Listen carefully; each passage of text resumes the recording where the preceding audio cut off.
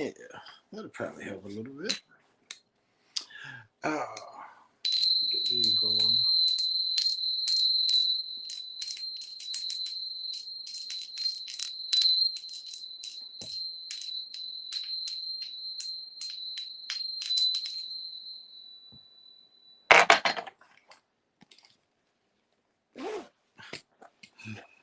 Uh,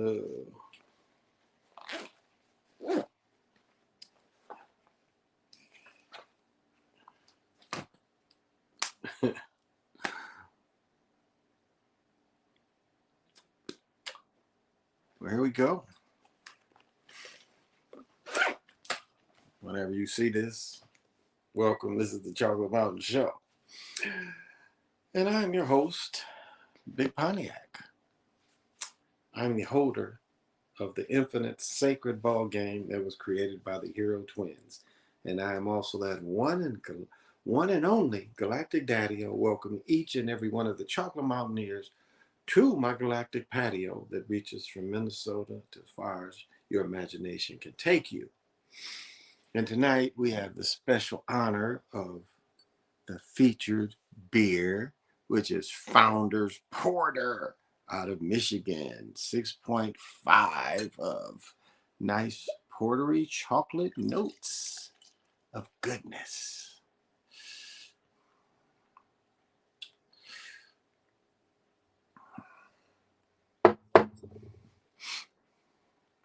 So tonight we welcome you to the good times. Tonight I can laugh at myself because I had a minute of being a I'm sorry, I didn't finish. I'm definitely eating on these bars, candlelight, and you guys want to join me? Got light in there.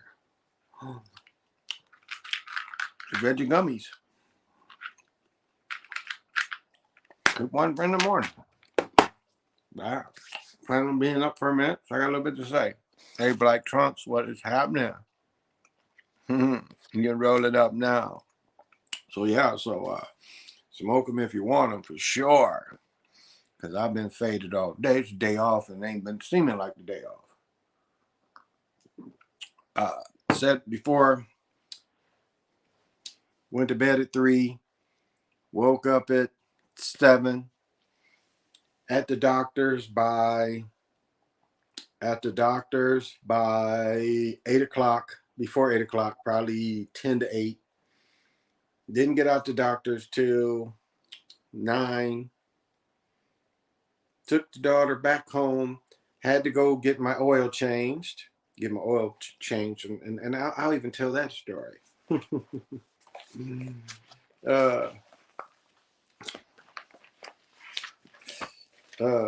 yeah, I had to get my oil changed.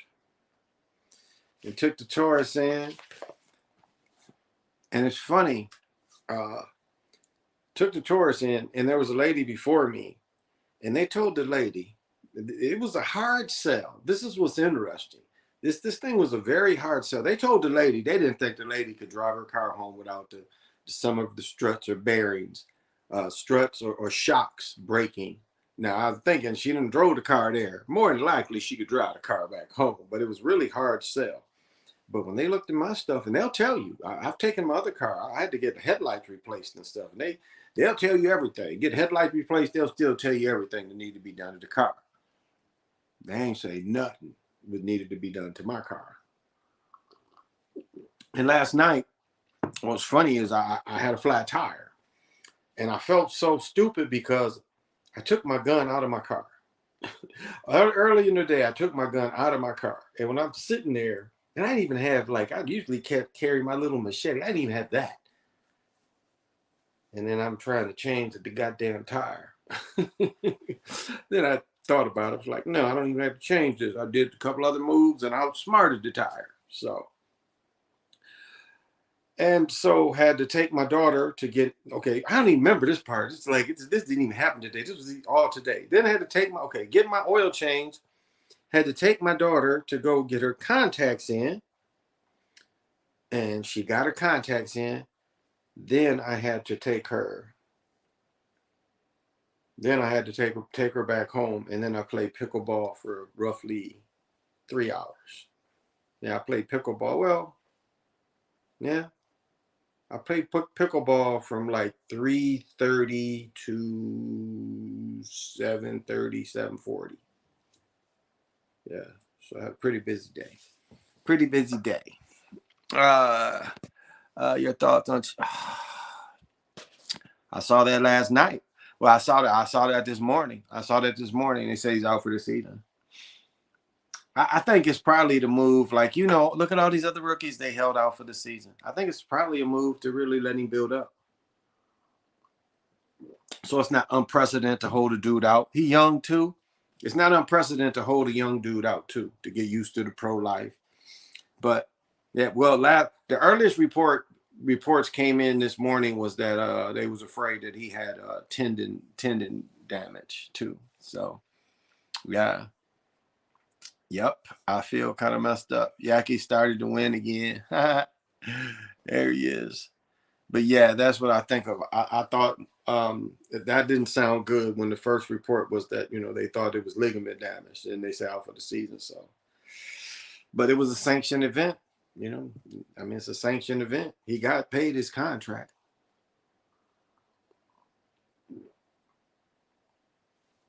So he's under contract.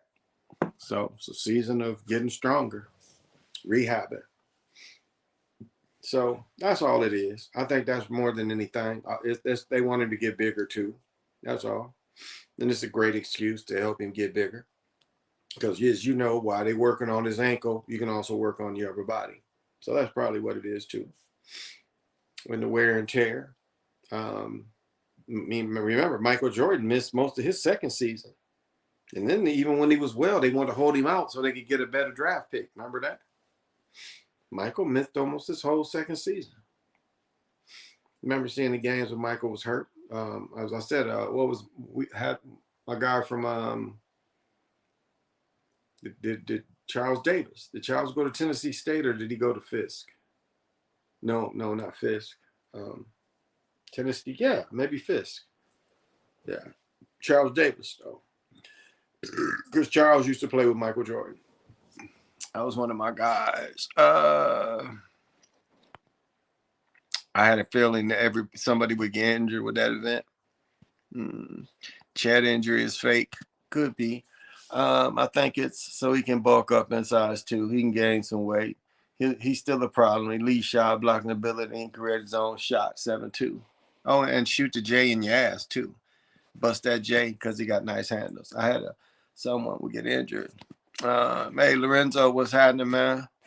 Thank you for joining. How you doing, man? A better draft pick.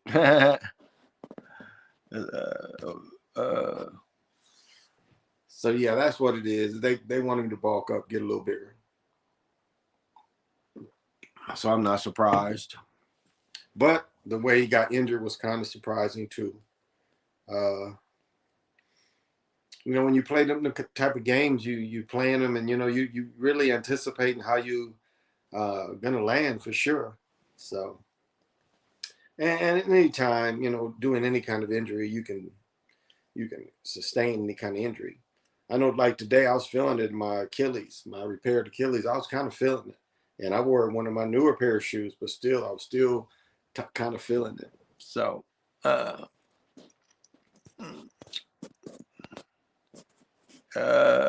yep. Chet will be next season. He'll be rookie of the year next season. LeBron injured him. Chet's only 20 years old. Yeah, he's young too. So they don't mind holding them out like that.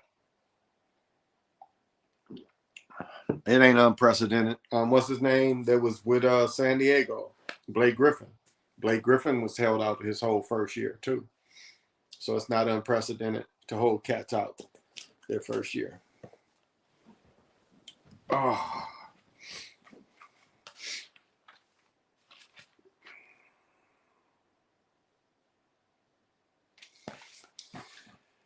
So it's sad. We was all looking forward to seeing him, but we'll see enough of him. Future sports, we'll see enough of him. I don't. I've been busy all day. Just been busy all day. Gas is starting to really go cheaper here. I think I got gas at 3 something. Yeah, Blake Griffin didn't play his rookie season. He sat out this whole rookie season. Yep, Blake Griffin didn't play his rookie season. Yep. Is Chet Holmgren going to be injury prone like Greg Oden? I don't think so. But hey, Dr. Sinister, how you doing? Greg Oden seems to have an injury thing that I don't know, seemed like Rick Smith and all of them had. It's just that certain size dudes tend to start having them certain foot issues and they never can come back from it. A lot of them catch that size, and I think that's what happened to him. Probably played a little bit hurt in college too, when he probably shouldn't have played. It's hard to say.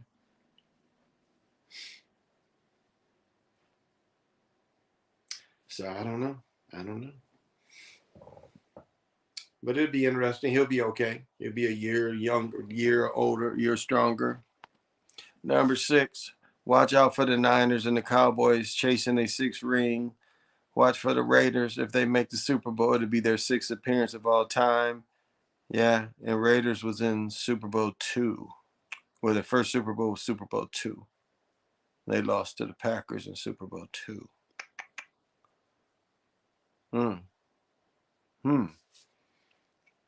I'll keep that. Raiders. Oh, man. I had some of the all-time best Raider stuff. I was always a Raider fan. As I said before, I grew up with AFC, AFL, NFL. So I had two AFL teams and NFL teams. And the Raiders was always my AFL team. So yeah, I was a Raider fan. Like they put Cliff Branch in the Hall of Fame, which I think was well deserved. He was a true one-on-one threat that really didn't get a lot of love, but was a track guy, but nobody could guard him one-on-one. And they were so successful because you had Fred Blitnikoff that's going to run them 10, 15-yard outs, slants, get them first downs, and then you had a speedster like Cliff Branch that just could run by people. And the reason why, they looked at Cliff Branch, there's another guy you can look up, and this is the real guy named Warren Wells. Warren Wells is another professional dude. Burner could just run by dudes. I want to say Warren Wells was 2 or 3 years AFL All-Pro. AFL All-Pro for 2 or 3 years. And Warren Wells had a number of crimes, but I know he got hit for having sex with an underage girl. And he did some other shit and they were still letting him play. But Cliff Branch was that vain. Like just a speedster like Warren Wells was. But you can still see highlights of Warren Wells and shit. Burning motherfuckers. Hey, Key, what's happening? Did Greg Oldham have Yao Ming had? I think so too, though. I think Greg Oldham had that Yao Ming, the Rick Smith, Sabonis. Sabonis was another one that had that same kind of problem. I think Greg Oldham had some of those problems too. I mean, the guy never really played. They always said he was hurt, so it's hard to say. If he never really played and he was just hurt the whole time, it's hard to say what his thing was,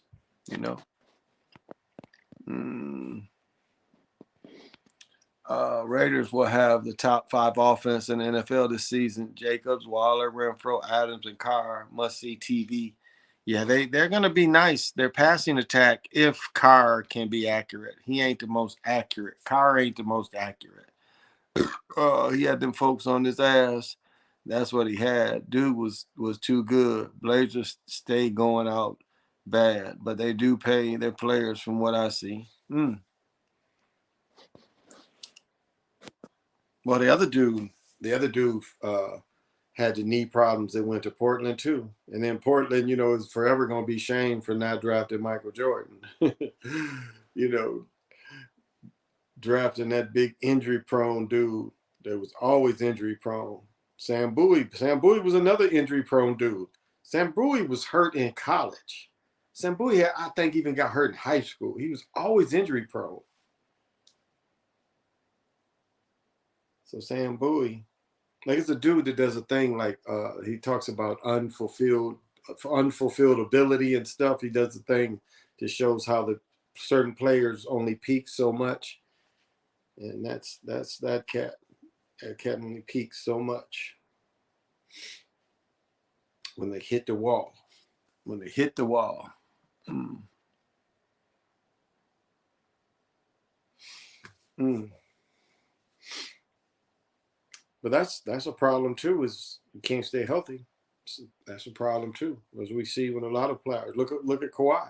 Kawhi been injured. Going on almost. He's been almost injured the last 3-4 years. Even that way, won a championship, he was still kind of injured. So, and hasn't done much since being injured. And they won the championship. He hasn't really done much. Missed damn near all last season, or did miss all last season. So it's like wrestling. You got to be able to still take the falls.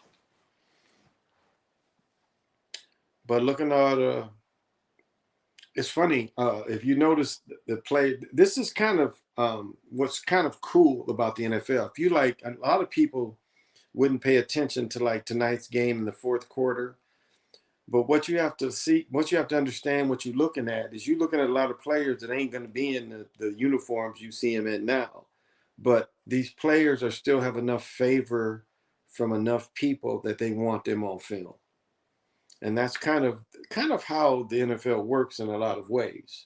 Right now, what they were showing NFL Network, Ursay, no, McVay has signed Jay Gruden.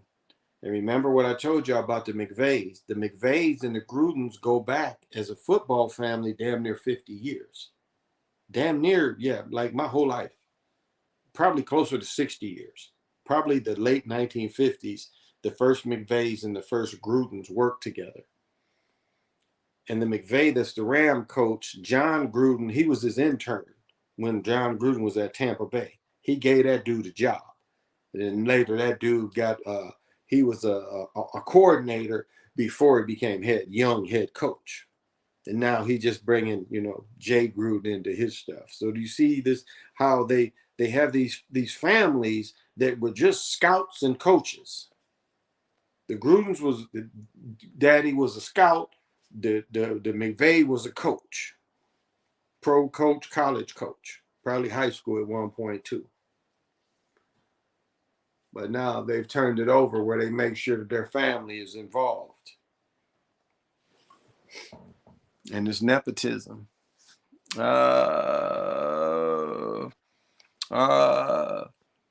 Take you back to the 93 championship game. Art Snell was the first black head coach to coach his team the championship game. How did the NFL repay him? His team got beat 51-3.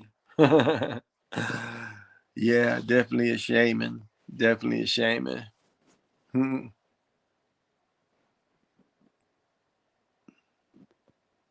He got beat by the Bills. I think I did watch that game. He got beat by the Bills. I think that you mean. I think I watched that game. Forgot about that. I don't know. I don't know if Snell, he was put in. See, there's a reason why special team coaches transfer easy to be head coaches, because they're used to dealing with the whole team, and that's what the head coach does. He deals with the whole team. So that's why certain coaches get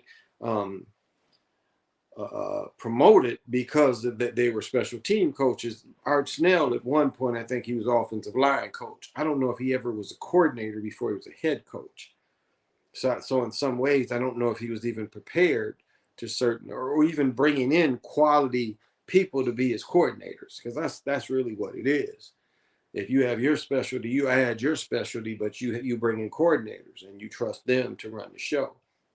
And what happens is when you get to losing the ego, you want to Hitler the war, as they want to show you. You know, with Hitler, things was getting shaky, so Hitler had to control everything. So we can blame everything on Hitler. I thought it was unfair to art in a lot of ways. And remember Gene Upshaw. Gene Upshaw ended up being the players rep for a number of years. So it was interesting. There's guys from the Raiders, Gene Upshaw and Art Shell, had interesting positions, both coming out of the AFL. And the AFL did open the door to a lot of brothers. It made the NFL have to pick up more brothers too, but definitely gave opportunity. And as I said, it kind of was the beginning of the end of the black college, or HB, whatever the fuck you want to call it, but black college is what I went to. It was kind of the end of most of the talent going to those schools. Slowly but surely, from the 70s on up, they started getting the major talent going to the major universities instead of the smaller schools. And the AFL was one of the reasons, because they had so much successful talent, brothers going into the league and brothers being able to play. So the NFL just took notice of that, and other colleges took notice of that.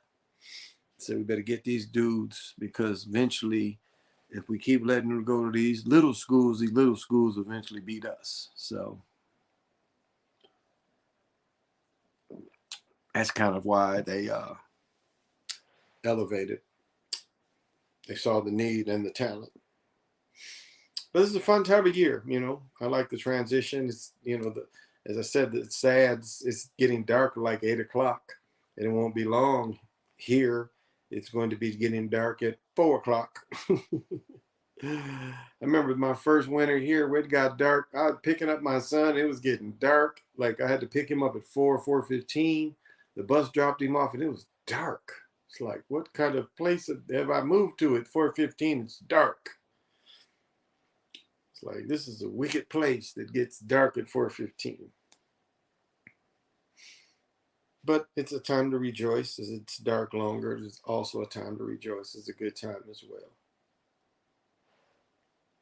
So it's beautiful to see the seasons change. Yeah. And start dressing. I wore a pair of earlier. I wore a pair of sweats earlier in the day. So kind of burned up in them too. It's a little warm. Ran a couple errands and it was a little warm. As you see, I'm back into shorts, like, and non-sweats.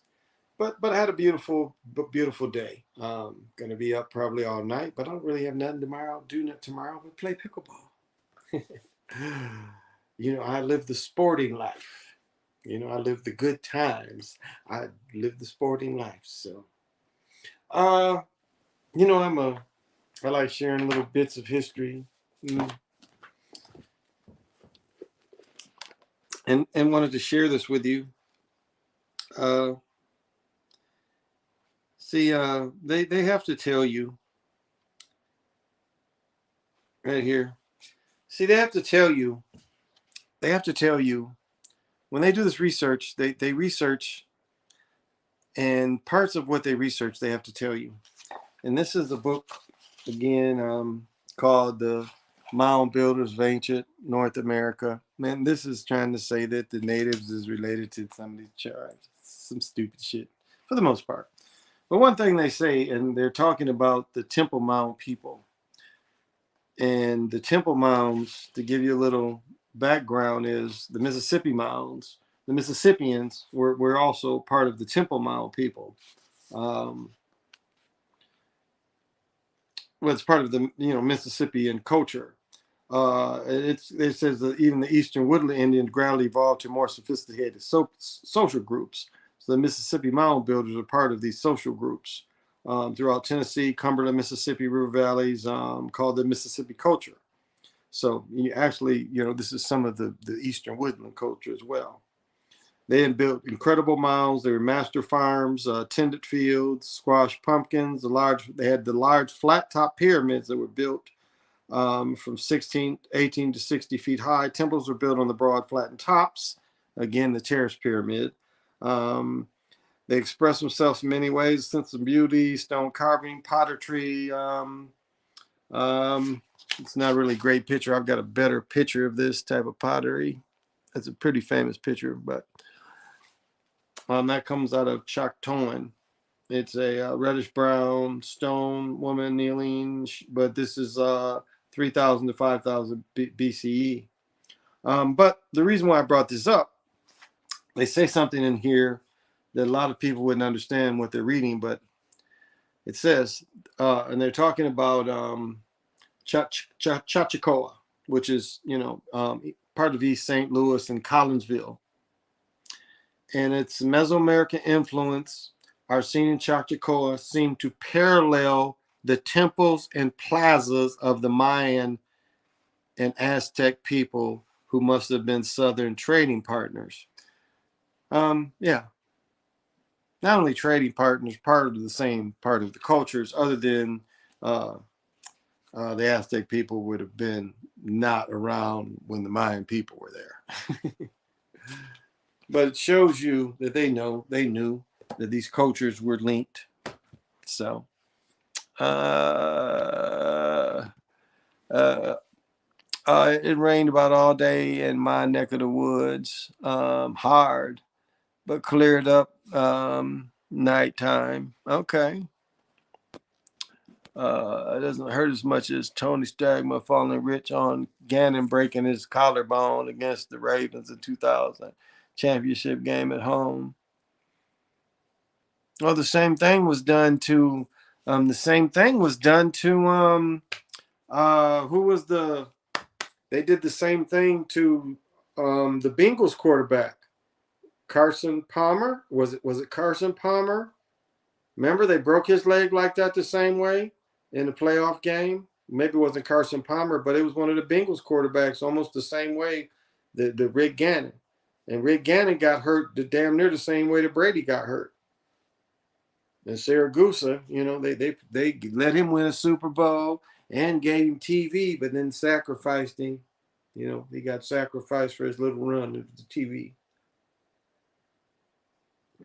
He didn't realize the sacrifice would come so soon.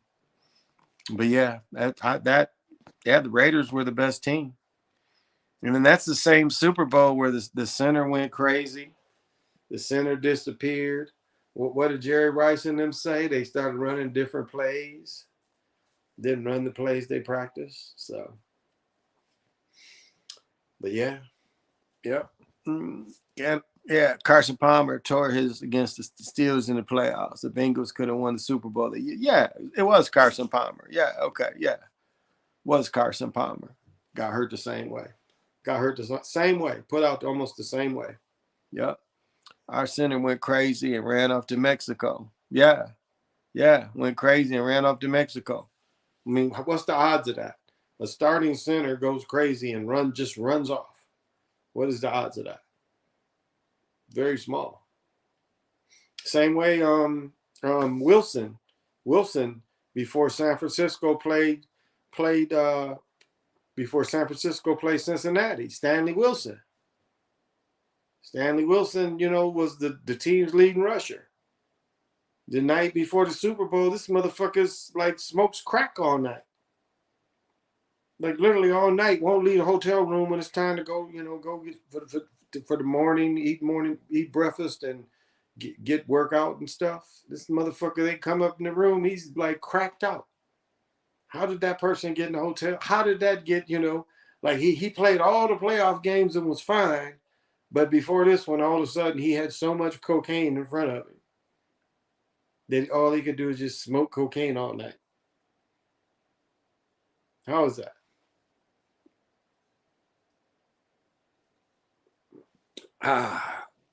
These are instances. Tony Saragusa was a goon. He was put out there to injure players. I never forgot how bad he fucked up RG3. How bad he fucked up RG3. Yeah, RG3 too. And RG3, was hurt and kept trying. He played when he was hurt. He got bad advice. He took bad advice. And they talked him into to playing when he was hurt. Guys don't understand, that these coaches is trying to get you to play with you hurt is trying to, say their asses too. Mm. Yep, RG3's leg. Yep. Yep.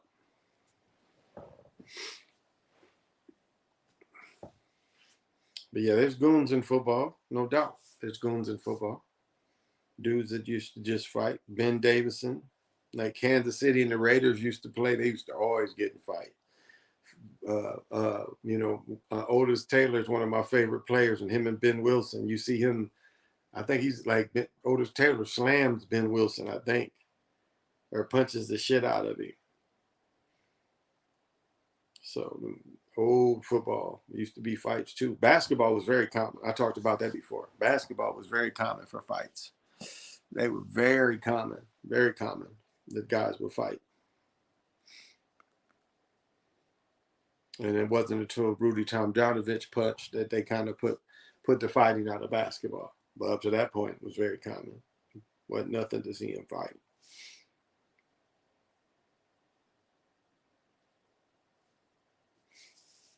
No, very, very. It's like, remember, they'd come off the bench. They came off the bench. Like baseball players, let them rush right in. You can come off the bench and rush right in.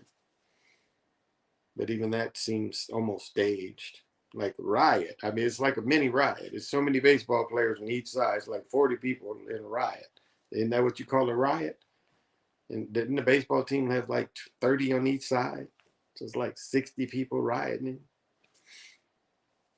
And what if all the fans joined in, beat up the other team? I saw high school football teams fight. The high school team my dad coached, the teams got to fighting. It's interesting watching high school boys fight, football players at that. And after all the boys on the other team got whooped, they all ran on the bus. And they refused. They was trying to tell them they could go in the locker room and change. And the motherfuckers wasn't leaving the bus. It was like, hell no. We got whooped our ass. Y'all whooped our ass. We was out there. So we ain't getting off this bus.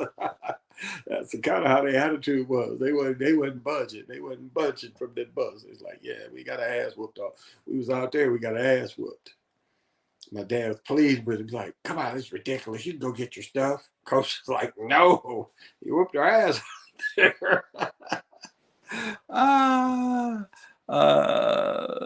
Malcolm Butler versus the Eagles in the Super Bowl. Oh, man. That was a shaming. Malcolm Butler thing was straight up shaming. That's what that Malcolm Butler was. It was shaming. It was such a shaming where he couldn't hold his emotion. And some people say, Belichick undermined Brady so Brady would lose. He undermined him in some ways too, which you can't put some of those accusations out of hand to say they're out of hand. So could have been about that too. That Belichick made some moves that really hurt Brady in that game. So sometimes you may want to change the script, and you get undermined by people that's part of the script, that were part of the script before they undermine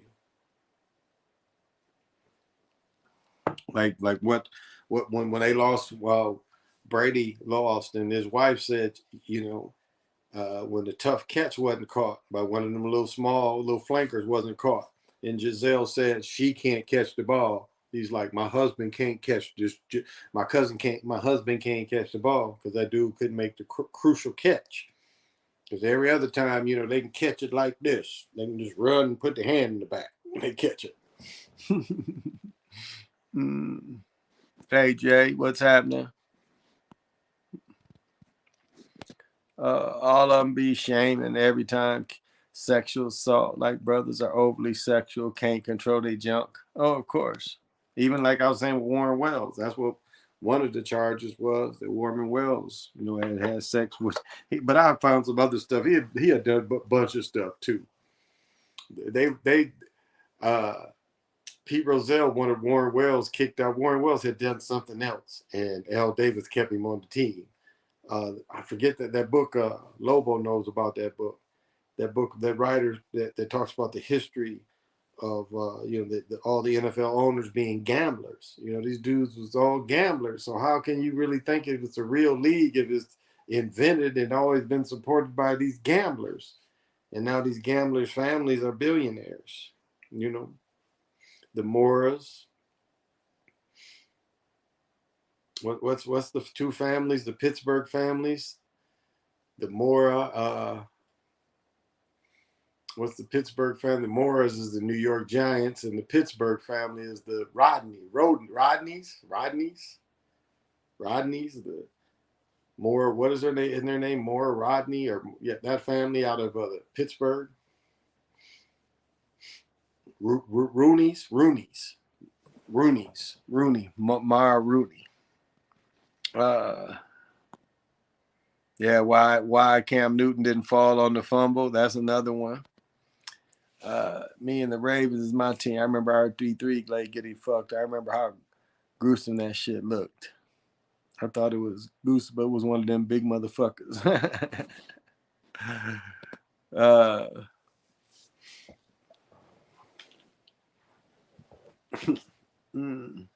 You see the score of the Dodgers game 12-6 on Kobe Day.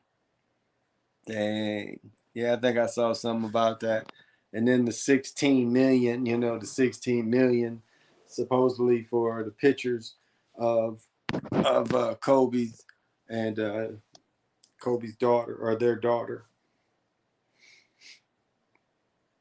That's an interesting. If you study that, that's interesting that regardless of whatever it is that she, everything went from him having control and all the focus being on him, and now all that power and focus is on her and her money and trying to help her manage her money. That is an interesting. That has to be an interesting dynamic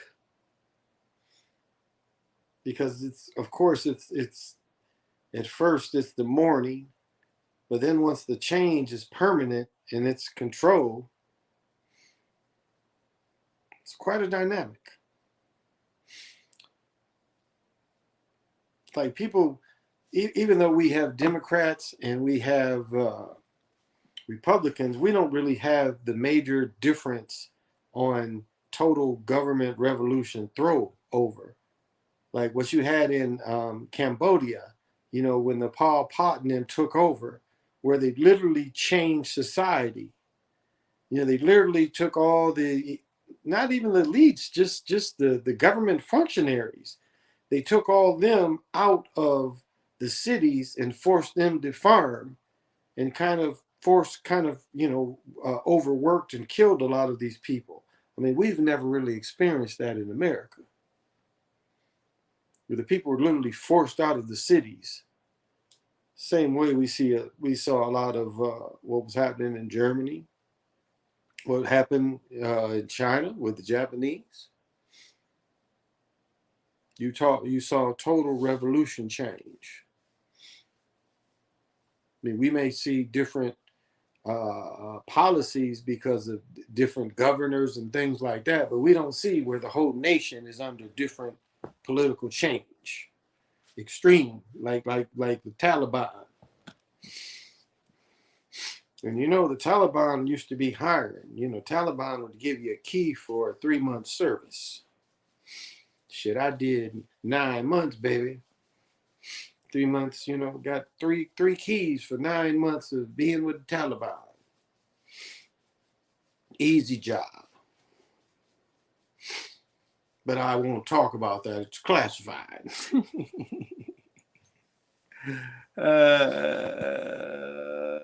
Zach had a dude on the phone that was Tarvis Johnson's cousin. He also threw in the fact that a dude killed his little brother by the numbers and started crying on live. What? I didn't hear that one. Okay. Wow, that's funny though. Hmm. They really wanted to kill Kobe's character off. They did. Are known for destroying careers. Hmm. I always thought, I still say Ben Okogie. I say Okogie is that Kobe consciousness. And that's the way they would do it. They wouldn't put the consciousness into another star. They would put the consciousness in the background player. So long as the dude still got to play, the consciousness still got to play. That's why they say he's Miles Garrett. I mean, you can't grow that much and that much bulk. You know, you'd still have to be the same height as the character, at least 6'5", 6'6". Isn't Garrett taller, 6'7", 6'8"? Can't grow that much taller.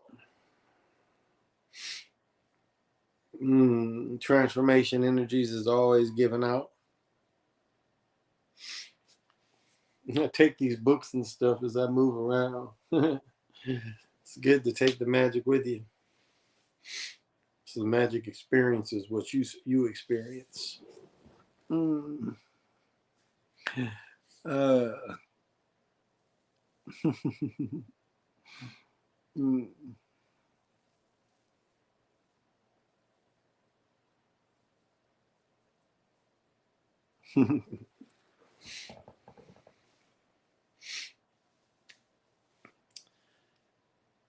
But everything has been, you know, uh, everything's been handled up here. Yes. So I must say, everything's being handled. I should be getting rest because I've got an adventure in the morning. It's fun. It's fun to get up and do shit and drink coffee and, you know, feel good about drinking coffee in the morning and go do an adventure where everything's smooth, you know, where everything is really smooth and works out.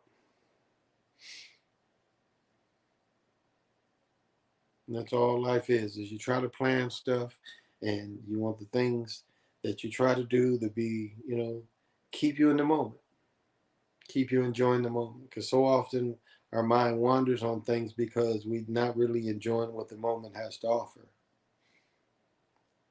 And just the beauty of what really the moment is. And then just the beauty in some ways, even manipulated as this system is, there's a beauty still to it that we can enjoy. And it makes us appreciate more of what we are.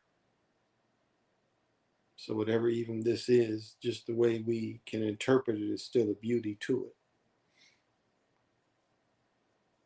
And even some of the things that we do and we love, there's still a genuine part of that, of just love.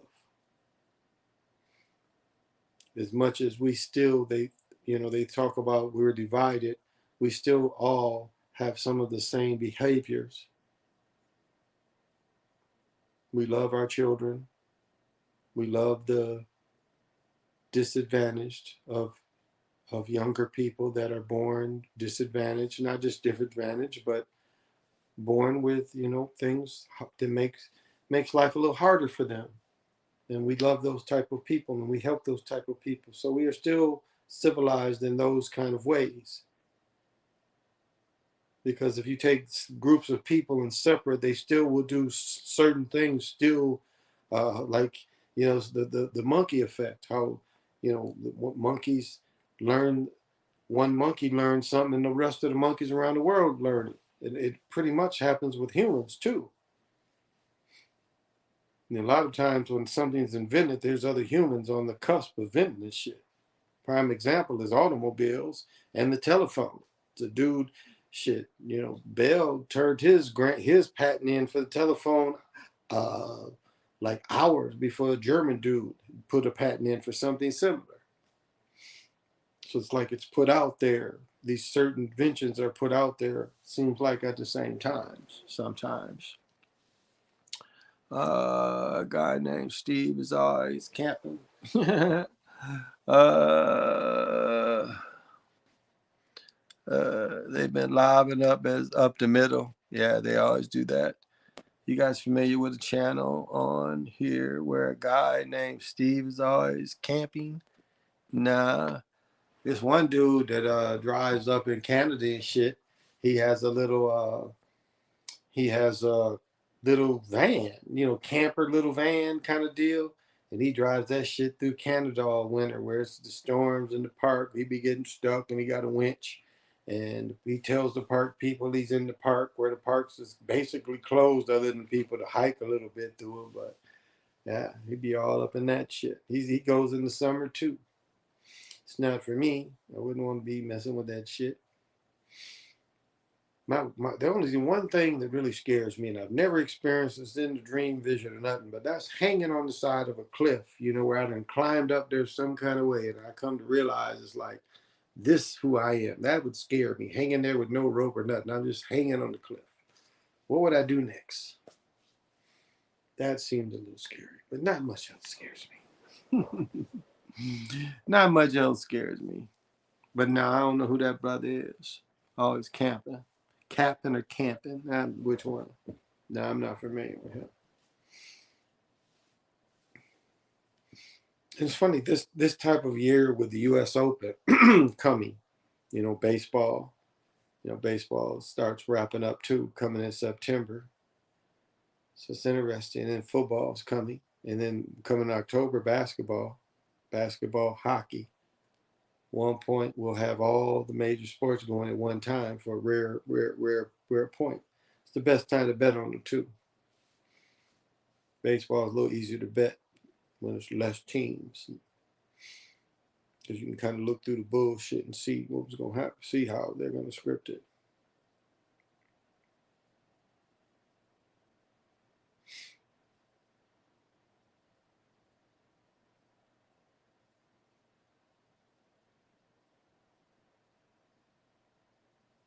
But it's a fun time.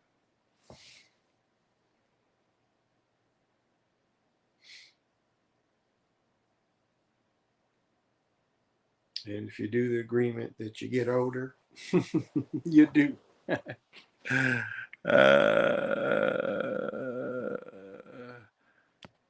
Facebook, where a junior high coach just got his ass whooped. The coach got his head busted.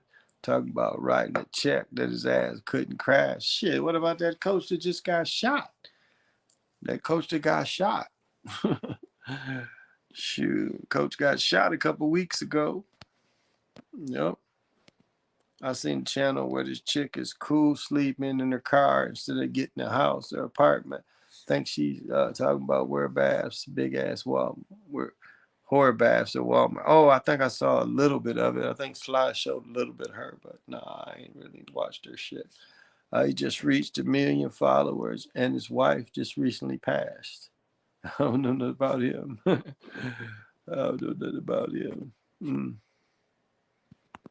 Nah, but I seen a channel where this chick is cool sleeping in her car instead of getting a house.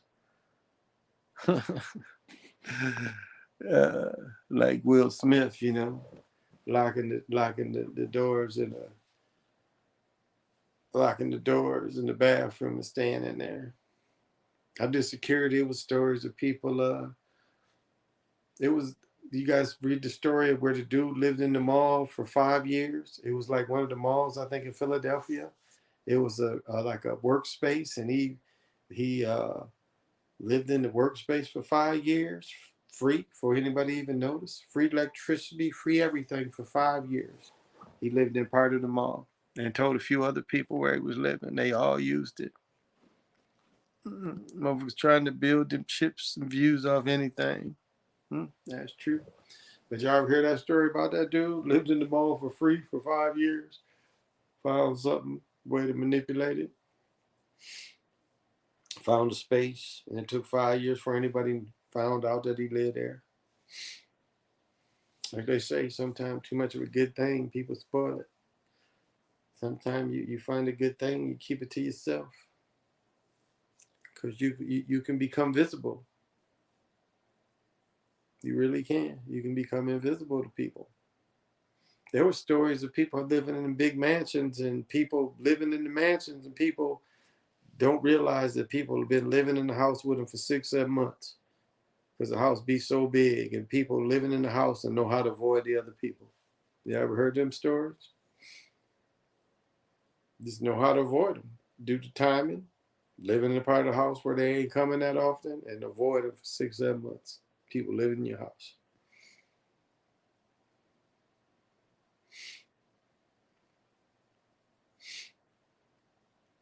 And I want to say this other night, homelessness has been lasting. Homelessness has been ever since the Depression. So homelessness ain't never really went away. It was bigger during the Depression. Depression was kind of almost made for it, where people was like could squat on land. You know, people would squat on land and just build what they call hobo communities. That's what was done after World War II. All the veterans of World War II said they was promised, pensions after the war. It's time to pay the pensions. They ain't getting them, so they went and squatted on land in D.C. and was living on, some of the federal lands, demanding, their pensions. And one of their generals, General MacArthur, put troops against them, the veterans. They attacked the veterans with a cavalry, with horses and cops.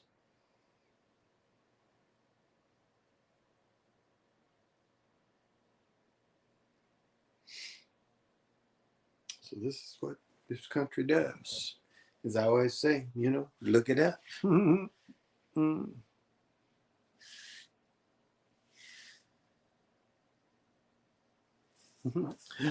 Oh, got the whole story in here. What did he say? Damn, but the coach was in the stands talking shit. The guy said, we could take it to the parking lot. But the coach wanted to do it in the stands, but left out leaking. Leaking. Oh, Lorenzo, you're terrible. That's funny, though. Beat his ass. Said many times, I saw, the first time I saw that was refs deserved it, though. First time I saw refs get beat up, I was like, beat their ass, for real, for cheating. Watching these people cheat. That used to be horrible, the way these guys would just come in and just cheat. I mean, it was like almost, and it wasn't even, it was kind of like coming into, integration. And you would just get these refs that would be just horrible in these district games that meant so much. And they would just be horrible. You wondered how they would get these jobs and cheat so bad. And they would cheat. Like I would watch some games where they would cheat and let one player, like there was one player and he had a move where he traveled and they let it go.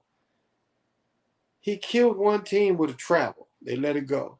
Then the very next game, the same refs against the home team called that shit traveling. He let that shit go one game. Then he gets the next game and it ain't even traveling. Same ref. Or he called traveling. So it just the way they would cheat. And so a lot of people got tired of it. Now, Pee Wee football and to shoot somebody Pee Wee football, yeah. I said, when I did flag football, I watched grown men riot around me, fight each other around me. And it wasn't messing with me. I had nothing to do with it.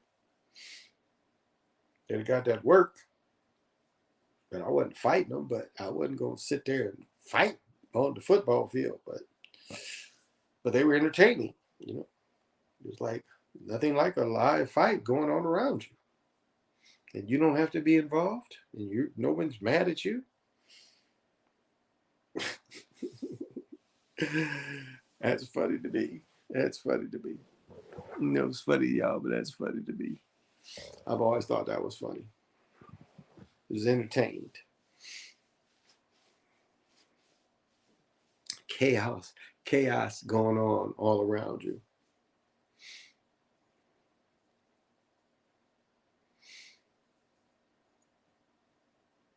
And I must be vibing real high these days. Seeing things. Oh, but working out felt good. I hadn't played pickleball in a couple of days, so working out felt good. Beautiful day here. I mean, very, very like fall like day. Some of the colors is coming into the trees already. We're starting to see it already. So it's coming when the trees go back to sleep. I guess if I could be anything, I'd like to just be a fucking tree left alone somewhere here in America, just left alone. Where can trees go to be left alone? Yeah, so that's, if I could be anything else in America, it'd be a tree. Let me be one of them sequoias, just redwoods, and just something that they just left me the fuck alone. Very little that they've done in this country with that. Just left shit alone. Everything had to be, they could make a profit off it. They had to make a profit off it. Very little is left alone in this country. No nature. They got to be on top of everything. Yeah, the Europeans killed nature so bad. I mean, they had the dust bowls in part of the Midwest. That's how bad they killed nature. They killed nature. I've read reports that they killed all the soil, the real soil, while they had to use GMO. So seeds is because they killed all the soil. Like in 92, 90, no, 72, 73. I read one report said that they killed all the soil in 72 or 73 in America. In 1972 and 1973. That's part of why they had to make GMO seeds. Because the shit that used to grow in real soil, they polluted and destroyed almost all of it. And that makes sense. If they made the Dust Bowl in the 40s, 30s, and 40s, they killed all that land and turned it into sand. So that's basically what they did. They killed the land, exhausted the land, and turned it into sand.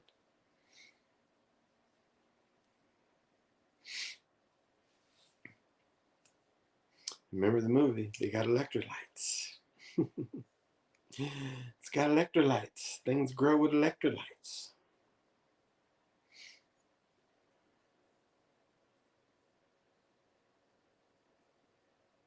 These are just things to think about. Money.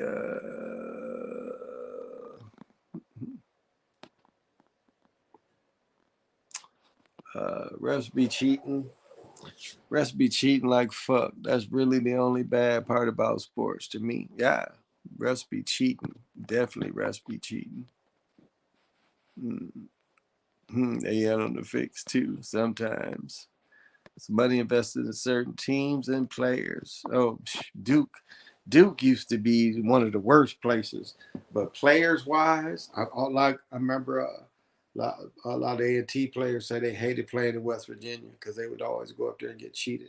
Chris Webber, when Chris Webber was a rookie, that's one thing they interviewed him, and he talked about how cheating college basketball was. I mean, he was almost saying it was fixed. He was saying how cheating college basketball was. When he was a freshman, he came out and talked about, or his rookie year, how much the cheating went, bad refereeing went in with college basketball.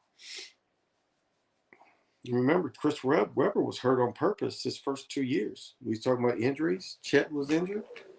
Chris Webber had his shoulder dislocated and missed almost part of his first 2 seasons too. Shoulder dislocated on purpose, like we saw Kevin Love his first season and why he didn't play in the playoffs with Cleveland. Do you remember that? Oh, there we go. Eyes was starting to wander a little bit.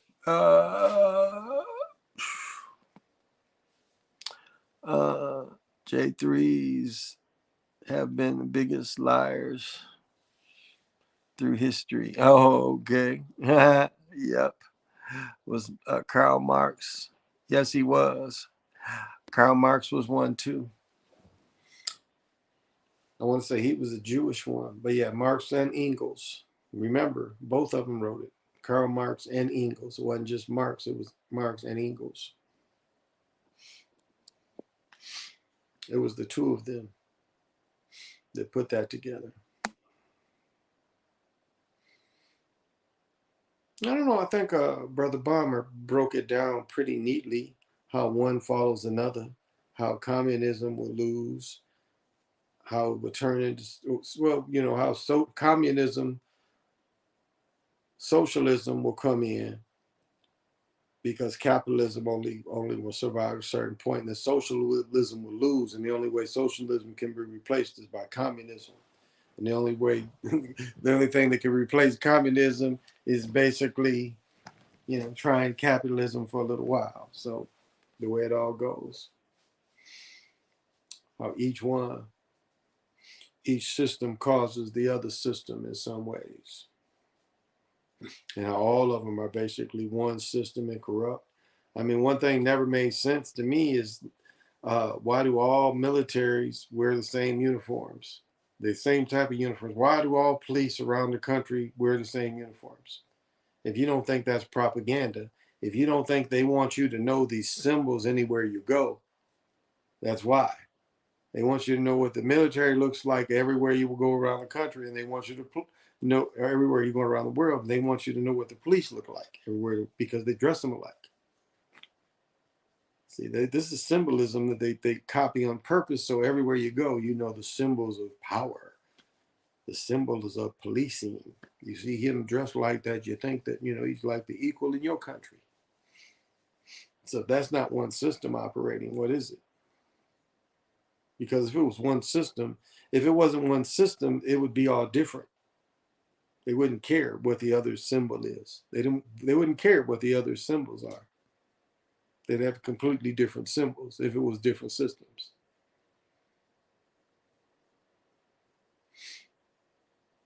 And so, and I don't think people know, when you look at them Saudis and some of these other countries where they don't dress like these motherfuckers, the rest of these motherfuckers, people don't know that they refuse in some ways to dress like these motherfuckers and don't speak their language. They be proud of how they dress. They may drive their cars and wear their jewelry, but they refuse to dress like these Masons. They refuse to dress like them because suit and tie is a Mason. That's the George Washington shit that goes back to that, the suit, tie, and the wig. You look at some of these African courts and they wearing the wigs, the European wigs and shit in the courts, like the old, King George wigs and shit.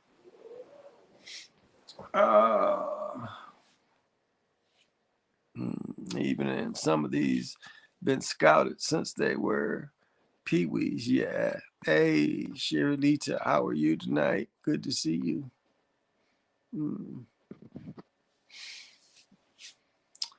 So yeah, I mean, you could find, none of that stuff about any of these people. All of them were Jewish faith, though. Stalin, Lenin, Trotsky, all of them was Jewish faith. Bolsheviks was all Jewish people. That's who, when Hitler, that's who Hitler fought. The Christians fought the Jewish faith people. When the Germans went into Russia, that's who was fighting them. And I think secretly, he was wondering if those other countries was backed by Russia at some point.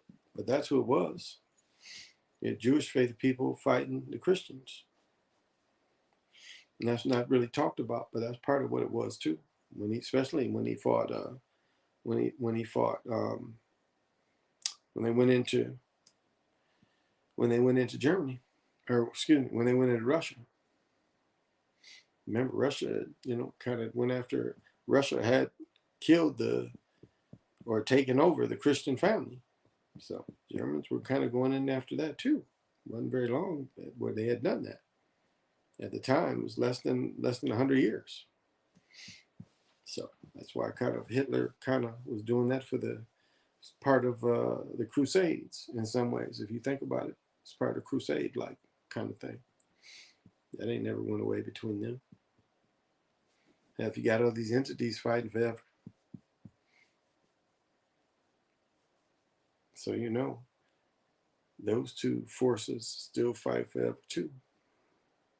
That ain't went away. And we just become all pawns in it, not knowing any real spiritualness of us, or interpreting what's around us, interpreting, are we real? How do you become real? If you're not real, are you taking the steps to become real? That's what it boils down to. That's what should mean something to you. How do you become real? Because right now, the way most people are guided, they're not guided to being real. And so they're not. You take a certain mind frame, you take the mind frame of not being real. And that's what this system produces. This system produces most people that aren't real. That's the majority. The majority of what this thing produces is not real. In the same way as we saw in the Matrix, there's going to be few anomalies. And they've tried to put a curse, they've tried to put up a word, a hex word, a curse word, or even it's a phrase of uh, conspiracy theorist, which I've never accepted that, because that just means people who don't agree with the Warren Commission. But you want to apply to anything that doesn't agree with the norm. And that's why I don't understand why even people repeat that or call themselves that, or ever agree when someone calls you that. I've never understood that. Well, I'm only that in certain subjects. That's what some motherfuckers say. I ain't never not that. mm. Have you ever scammed? Mm. I don't know about scammed. I would rob dudes, but never scammed. I guess no, not really scamming people. No, can't really say I ever did that. Not really. Even pimping, never really had to scam anybody like that. No, fell for a few scams, but yeah, and it didn't. Scams I fell for, it never cost me money, but never benefited me. You know, still fell for some bullshit.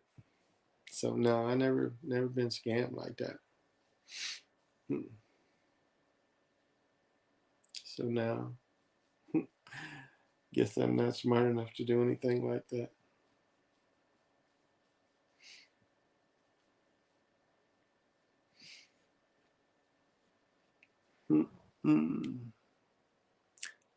No, have you ever scammed somebody?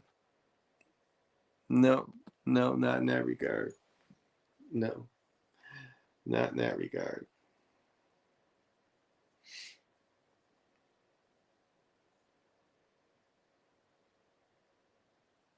No, not really in that regard.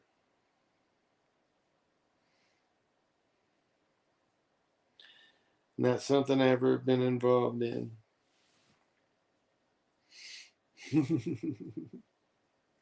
I remember you said that white boys ecstasy. Oh, took that white boys ecstasy. Nah, that was a brother that left that stuff in my room. There's a brother. He left all that. That was volumes. He left like 12 bottles of volumes in my room. And as soon as he left, I had a little money, went and borrowed some more money, and disappeared for about 4 or 5 days. Knew the dude couldn't hold off forever because he wasn't from near. And yeah, I had 12 volumes, and oh my goodness. So no, maybe that was just more of a lick.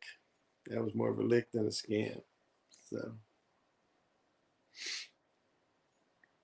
but taking them, oh my goodness, take it. We used to watch soaps like once spring football ended, and we had to do shit. School was coming to the end, man. And like my friend and I, we was the campus terrorizers. We fought everybody.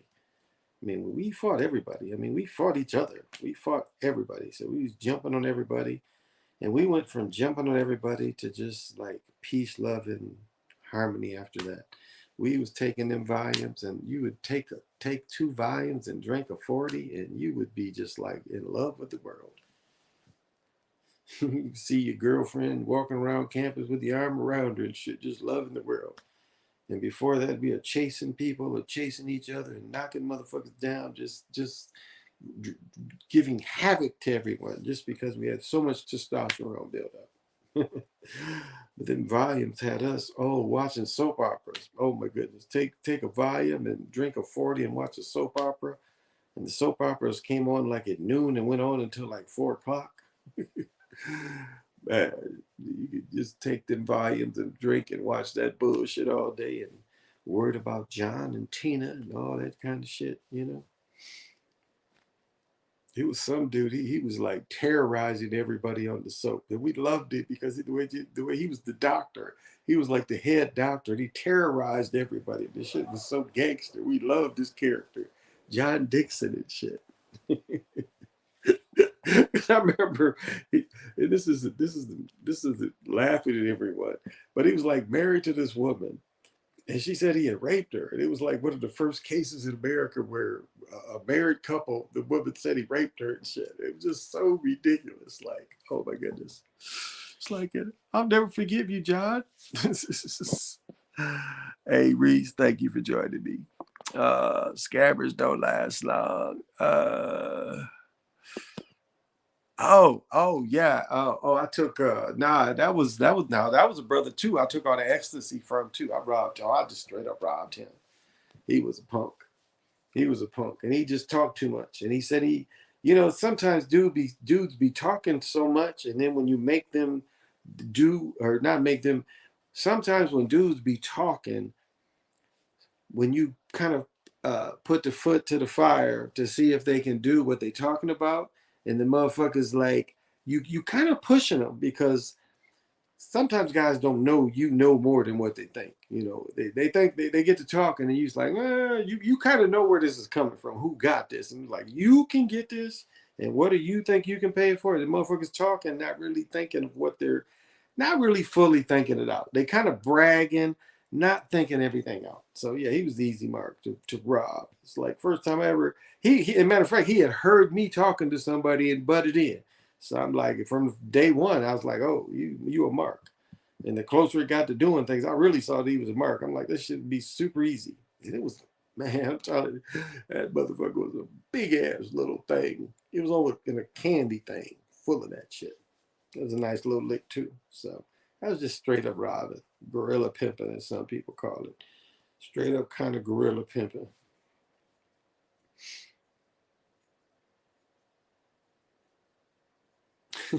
Him and his dad, they was both marks, and I had known his dad forever. Didn't have to do nothing really to him at all.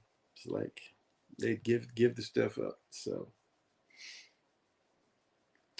the scamming takes a lot of it takes a lot of work. I couldn't imagine being a door to door salesman. I didn't even like selling candy door to door as a child. I wouldn't do that shit. I would sell a little bit and keep it. It's like people used to put the Halloween candy out. They put a big old thing of candy out and say, take one. So, there would be people that would walk by that would take one. And I would come by, even as a little boy, I'd come by and look at that shit and it's like, this be take it all. It's like, thank you, people. I told this story. There was a family who they always gave out the big candy bars. They really did. That's what they was known for. They always gave out the big candy bars. I don't mean when the quarter candy bars came in. I mean they gave out the big ones that you could only get. Well, of course, for supermarkets, but the only ones you couldn't get them from the corner stores. You could only get the big ones from supermarkets, and they used to give out them to everybody. And when the tornado hit, it didn't hit their house. All the houses next to their house, they might have had some glass damage and some roof damage, but their house didn't really get touched. It's like the houses next to their house got blowed up, and their house didn't. Because my friend's house damn near got blowed up too. But it's like the house, trying to think where their house sat. Yeah, because the house on the other side of them got blowed up. Yeah, so yeah, that house not there, but there. And then the house that skipped over them and it blew up the next two houses next to it. But it was just funny. And I'd always thought about that they gave out their big candy bars and it didn't blow up the houses. As I've said before, it was the tornado hit two houses across from the field where one house was nothing left but the garage. The garage support was the only thing left, was the garage door. And it said gone with the wind. The rest of the house was gone. Just the garage support. I mean, the garage door and support, because part of the side to hold up that garage door, and the garage door was the only thing. The rest of the house was gone. but they gave out the big candy bars. So I always thought there was something to that. Little reward. Some people say karma. I don't know if that's karma or not.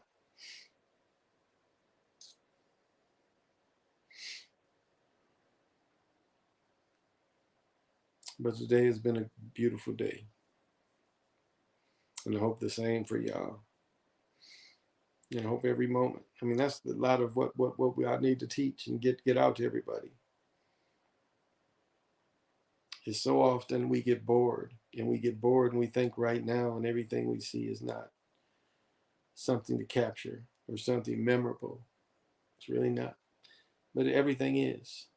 This experience is to really appreciate it all the time.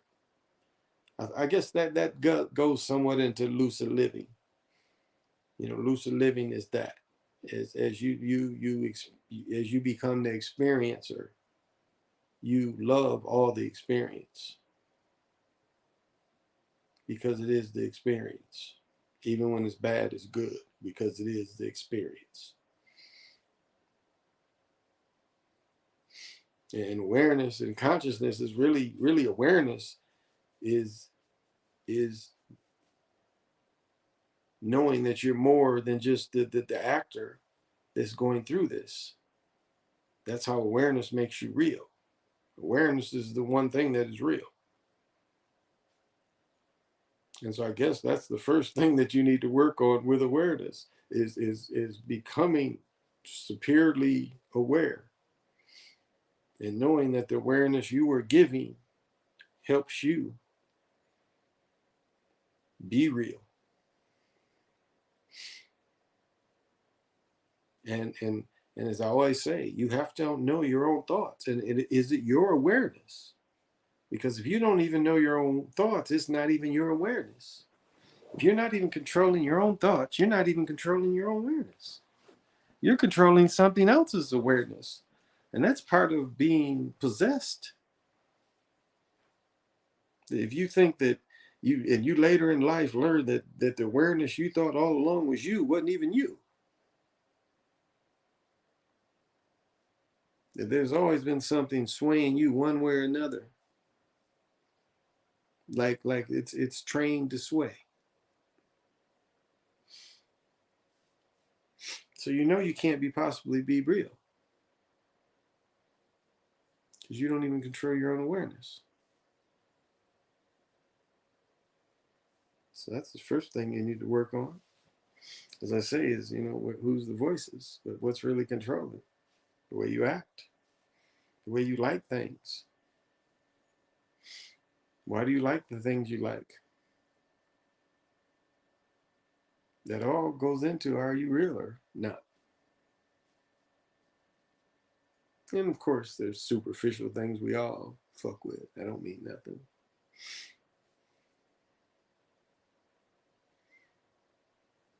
That's just how we superficially skate through this matrix, our disguises. Somebody said characters. That's how we move through our characters. But when you're real, you move through all of it. No matter which field you're in, no matter which dimension, you're always real.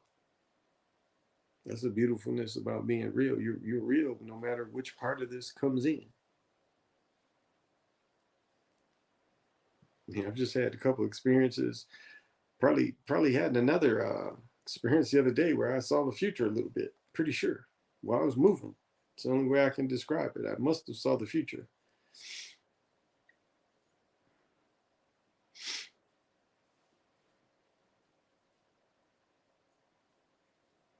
But even that takes awareness to understand how that comes in. And so that's no religion, but that's first. If you want to know what came first, that's something again that's always been created. That kind of thing. Seems like one of the few things that doesn't come from technology. Awareness seems like it's outside of technology because it's over and over again. It's all about the machine becoming aware.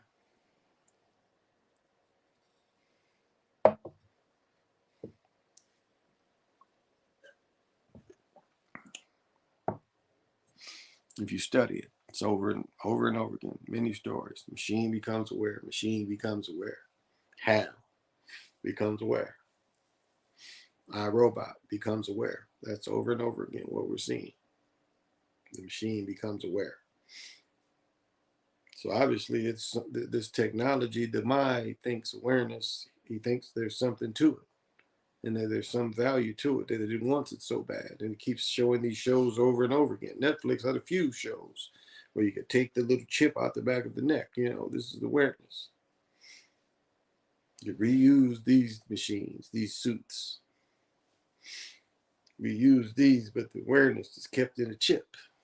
And that's how they're moving awareness around. Like awareness can only be in a little computer chip or a little computer record. There's no other part of awareness but that.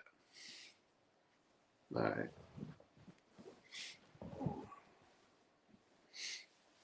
Well, we know it's way more than that. And that's what makes us more unique. And we know that birds are aware.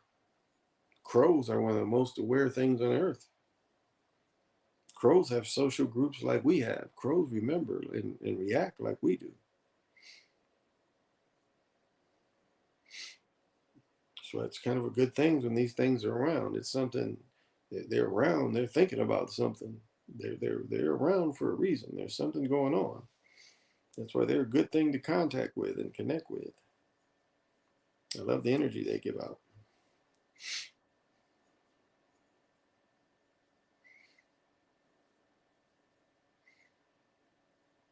And so that's one one thing that's beautiful, and a lot of people don't even understand is like if you have a tree in your yard, it's another thing that you can always connect with. You can always touch that energy.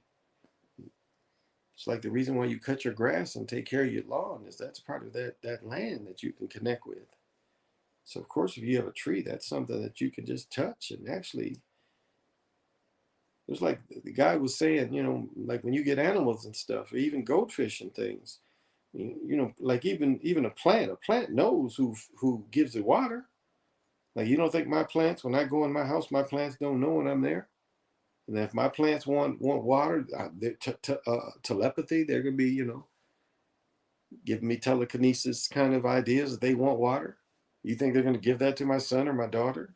No, they're gonna wait till I get in the house and try to get my attention to say, hey, we need some water, Holmes.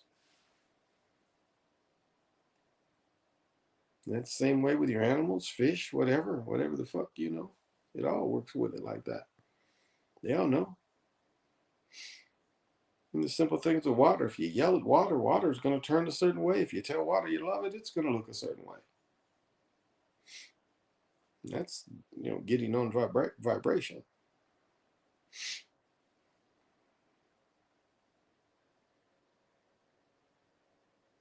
That's why, I talk about healing and sound and vibration having so much to do with creation. Because when you have healing and sound, you know how, creation, part of creation is self-healing. So sound can go with healing. That's another aspect of healing. It's not really talked about or even hardly studied. It goes back to, more natural ways instead of chemically putting things in people. No, I don't know what that is. I've never inhaled that. I don't know what that is. You got to be more, you got to tell me a little more. I don't know what that is. That doesn't sound right. I don't know what that is. We used to smoke these things. I don't know if, I don't even know how to describe this shit. We used to smoke. They used to call them rush sticks. That's all it did. It gave you rush, but didn't stay long. Just gave you a little buzz. It's like took you up a little ladder and it took you right back down. Almost that kind of feeling. I don't even know what that shit was. It would give you a rush, and the rush would go away. Give you that little quick rush. So no, I don't know what that is. Of course, I've taken oxygen. Even the hip oxygen. Little oxygen bars. You can get the oxygen in a can now. Oxygen comes from Colorado in a can. Whoa, that's good oxygen, man.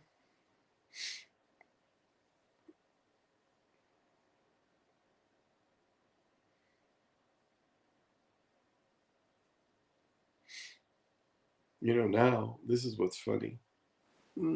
It's oh no, I've never fucked with that. No, I've never had any of that. I never did glue. I got high off painting. I ain't know. We was painting a wet well, and we was like 15 feet in the ground, and the ventilation had went bad. And so after about the 15th joke I told the dude, laughed so long, he said, I think something's going on. We walked up out of there. We were sitting there just laughing. We're trying to radio in the motherfuckers laughing and shit. So they finally took us in. So that's the only time I ever got high on fumes was painting underground without any ventilation. We was high the motherfucker.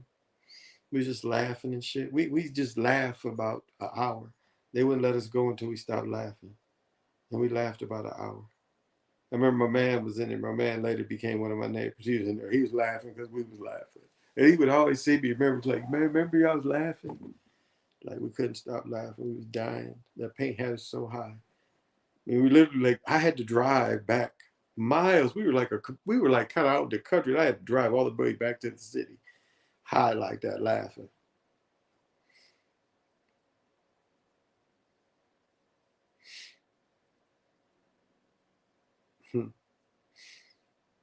So no, I never had none of that. It's bullshit. That's them fools inhaling cans of air getting high like the cat sniff glue. Yeah, I never did that. Have you got raided? Nah. We used to deal it now. I told the story. I told the story. One of the places they tried to bang into my places, they couldn't get in. Yeah, it couldn't be broken into. And I watched another place them try to break into it, and the same dude built the doors, and they couldn't get in that place either.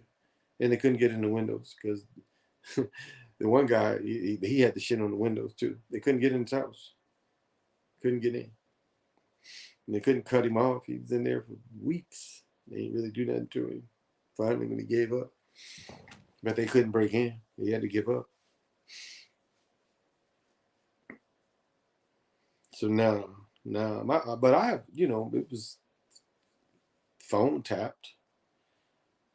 I think that was just almost seemed like everybody's phone was tapped. I imagine I was followed from time to time, but never close to getting caught. Never took that wrong move. Never sold undercover. I never got why guys fell for selling to people in fucking hotels. Never understand. Do you know how many motherfuckers I knew got caught for selling to hotels? Meeting somebody in a hotel. Some stupid shit. It came out with the Scarface stuff. Scarface should have scared you about meeting people in hotels. Remember, it didn't turn out good with Scarface when his friend got all cut up for meeting in hotels. Remember that with Scarface? Guy got all cut up meeting in hotels. And I can tell you, bunch of dudes, same way, meeting people in hotels. And because they meeting with them, they get busted. They film. The shit's filmed. Nothing you can do in court. Motherfuckers film your shit, bring the shit in court. That's the difference between feds and states. States can guess and then try to get you. Feds already got you. When the feds come after you, they already got you. They ain't guessing. They are not guessing when they come at you. They're pretty much 80-90% convinced that they got you. And the other part is trying to break you. It's another part of it too.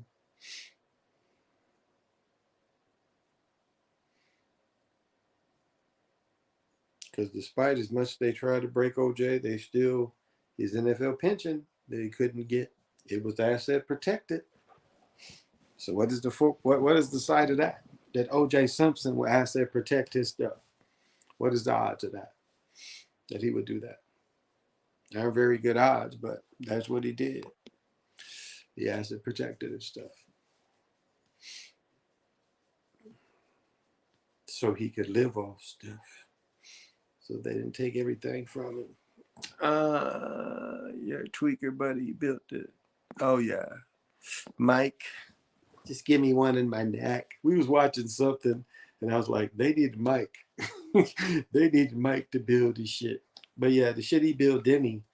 He built Denny because Denny only had it was only one window, and it was a front back door. And no matter of fact, it wasn't even a front door. It was a side door, and it was a smaller back door, and it was one of them skinny windows, really skinny windows, and he had that skinny window reinforced. So it was hard. It was a hard skinny window that was hard to get through, regardless, because it was such a skinny window. But then he had it reinforced, and so the side door was. I mean, this wasn't no small door. It was a side door because it's a barber shop. And the way the barber shop was before he put that steel door in there, it was a side door. You know, you came like it was just never a front of the house. It was always you came to the side of the house. Y'all remember those type of houses? Wasn't no front, no porch or nothing. You know, all that shit was in the back of the house. And so really, yeah, it wasn't really an alley front, but it was just that kind of stuff was in the back. So yeah. Yeah, Mike built those doors good. So no, never rated. No, never, never, never. Just got lucky. But yeah, Mike was funny. And it's sad, you know. The guy he had real talent. There's a lot of dudes I knew that had real talent before they got affected, you know, with the sickness of drugs. That they had real talent, real abilities. And it was just sad that, you know, they was willing to do that for these drugs. You know, they stopped being productive.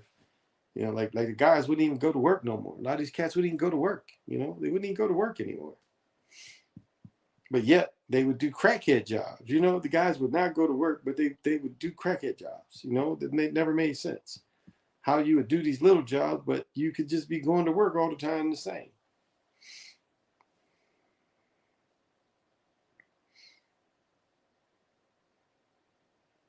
And the thing, you know, where it's never enough. I never got that. Where motherfuckers just got to smoke so much crack. I never understood that thing. Where motherfuckers just thought you had to smoke so much that you just couldn't stop. That life just had to be all night, just going, going, going. I never understood that kind of thinking. That's a fucked up web to be in. For those of you that experienced that, it's a fucked up web to be in. And I hope anyone, you know, in this day of time still ain't experienced that kind of thing.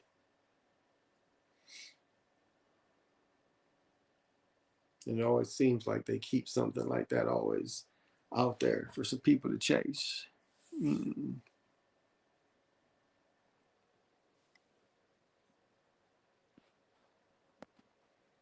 Oh, of course. Of course. I was the best people to cut your grass. I had a bunch of people doing a bunch of shit, cleaning windows and shit, cutting grass. Yeah. Army of people just doing a bunch of different spots. Wasn't just one spot. I'd have an army of them doing a bunch of spots. Shoveling people's snow. You know, they was the best ones. You know, you get a crackhead on the street, he's shoveling everybody's stuff. You know, heavy snow, you know you're gonna see him. So it was the bit. They ain't robbing trying to rob you. You know, they know they're gonna work for you one day. And if it snow a lot, and you do he look a crackhead would clean a neighborhood like a truck would clean a neighborhood because a crackhead is anticipating when the snow's flying, he out there pushing the shit away because you know the first house he get done, he getting paid. So the crackheads was keeping the yards and the driveways clean, you know, sidewalks and the driveways clean. You know, if y'all know, knew crackheads like that, but crackheads was on the ball. Like, certain crackheads was on the ball like that. You know, when you go in the morning, the crackhead would be, you know, at the end of the block with he done shoveled all the walks and all the driveways, and you just deposit money to the crackhead. He's sitting there proud. He done got everybody's shit nice, you know? That's how efficient crackheads would be. You could count on them. Boy, you Lord. So yeah, I used to have an army of people, man. It wasn't just one dude. Have an army of people.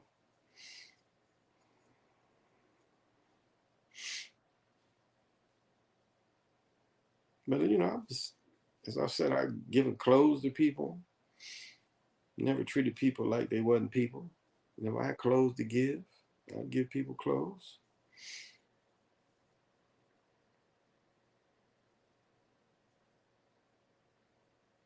That have an effect of just seeing somebody and giving them $1. You know, you give somebody some clothes they can wear for a few months or however long the clothes last them. It's better than just giving them a couple of dollars.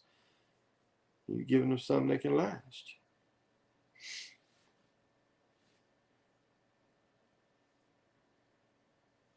What did I want to say? I wrote some shit down if I can remember it.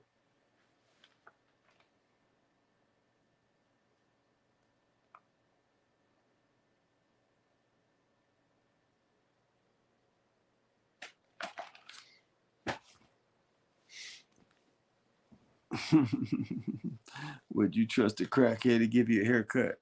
Oh man. Yeah, yeah. It was like what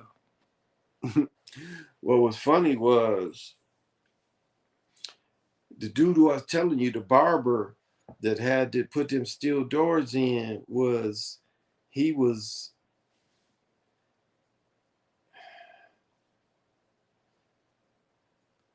like the barber was like the neighborhood meeting place, as you understand. You know, a lot of the barber across from the barber at the time was the pool hall right across from the place. So you know, this was like a spot where, you know, a lot of uh, you know, a lot of brothers coming and going, and at one time, you know, when it was just people just doing powder and shit, you know, the barber go do a couple bumps in the back, get back, you know, in the back, and then come out and cut your hair. You know, that was just where you would do a couple bumps and then you come finish with your hair.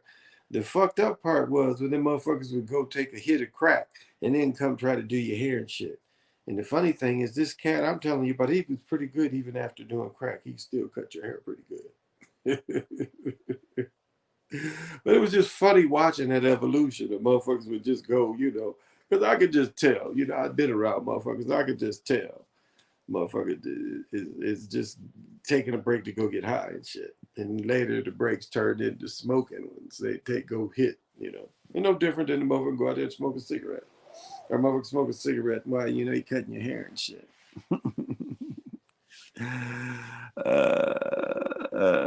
A crackhead cutting hair. So yeah, yeah, motherfuckers was doing that shit. Now the two funniest crackhead things was it was a crackhead driving the city bus, and the motherfucker would he was driving the city bus, and if the city bus was by a crack spot, he would run into the crack spot and take a hit, jump back on the city bus and take to the next spot, and it was like some crack spot. And then I knew a dude who was doing mail, and he was like selling crack and smoking crack while he's delivering mail at the same time. So he knew people on his route that he was delivering crack to, and he knew people on his route he could go smoke crack with. Eyes wide as dinner plates, definitely. Oh, definitely, definitely. So yeah, I did experience that, and that was that cat. That was that cat. And then later, like that cat, after he went through his fiend days, him and a group of boys, you know, started really putting it together. And that's when he put them doors and Mike put them doors and they put it together a nice little thing. And I don't know, I think he told on somebody because he got a little bit of time, but he didn't get much time. He's not with us to this day. His brother passed a while ago. But my man, he was smooth. And they raided his house. We was sitting out, I don't remember where I was sitting out when they raided his house. It's probably about to go up in that motherfucker's where I was sitting out there that day. Probably about to go up in that bitch. But I remember, and that's what it was. We was about to go up in that bitch, and fucking they was outside his house, surrounded, and trying to bang up in that motherfucker. Couldn't do shit. It was funny. But yeah, I met a lot of cats like that. Cats who work on your car. I know a cat couldn't read, but could tear your whole engine apart and put it back together, but couldn't read or write. But he could take your engine apart and put it back together. He was that good. Mm. Mm. He was a daredevil, smoking crack and driving a big ass bus. Oh yeah, oh yeah. That's a real story. That's a real story. That motherfucker was stopping the city bus to run in there, take him a hit, then coming back And he was like a sprint champion, at one time. So that's what's so funny. So he sprinted to the house, sprint, doing his hit. Dick was always sprinting, sprint in the house, sprint and do a hit, and then sprint back to the bus and sprint to the next stop. But a man that was selling crack, smoking crack on his mail route. That was just funny when I heard that, because I remember I saw him a few times. And then I talked to some of the postal people work with him, and that's what they told me. I ain't never asked him, put him on the spot and shit, because he went from doing that, he's delivering mail, and he was being a taxi driver in a city where it ain't. If I can walk from one side of the city to the other in 20 minutes, ain't no need for taxis. This is cold, raining, or some shit like that. Wasn't a great place for a taxi driver.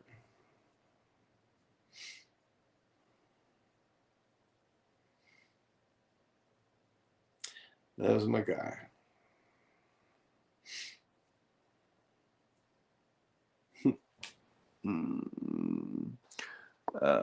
Imagine you are on the highway and you see a nigga smoking crack driving $100,000 pound bus.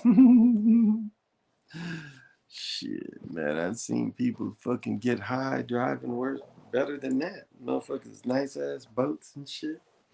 Especially when it was freebasing, and not crack. Motherfuckers that was freebasing was totally different type of people. It wasn't broke people freebasing. It was more, different type of people. But the intensity was still the same. Wasn't really, it was a lot more intense and a lot more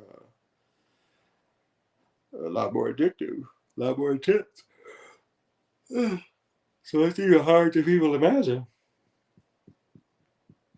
Because intensity really, over crystal meth compared to crack, the intensity is different, and then the physical effects. Crack ain't really eating your body like the crystal meth eat your body up. Really not the same thing, eating your body up. So, yeah.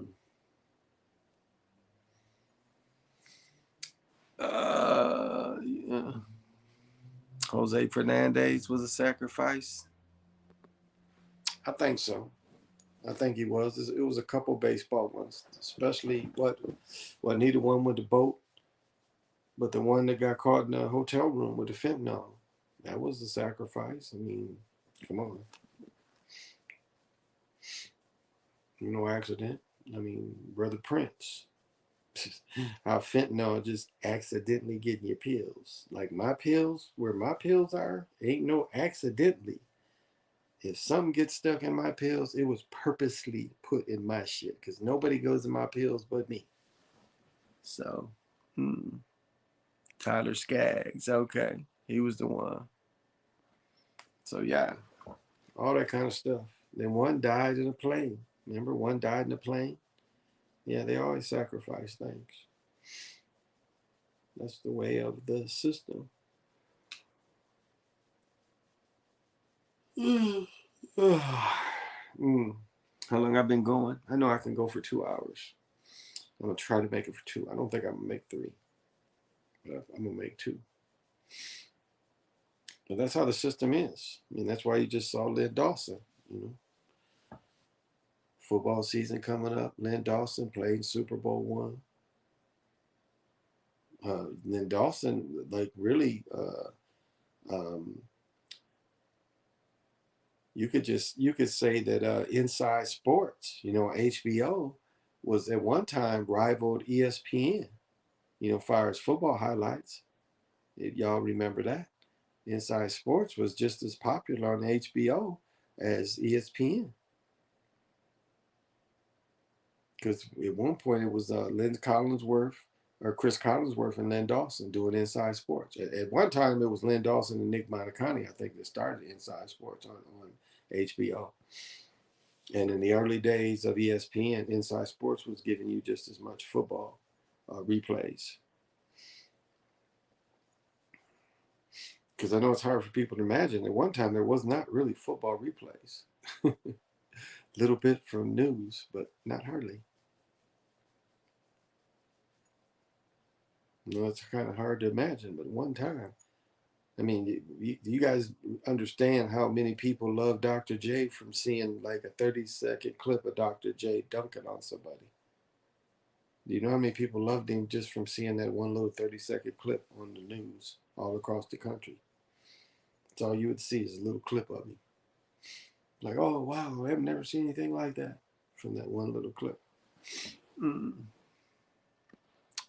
I agree, purposely done. Yeah.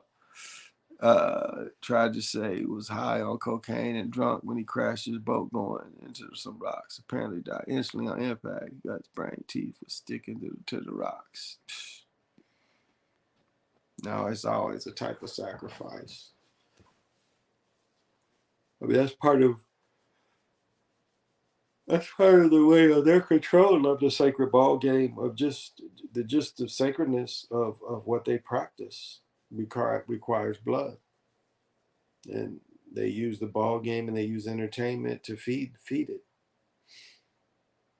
And this system in the system that works in the shadows and the people that disappear. I mean, we don't even fathom the amount of people that disappear.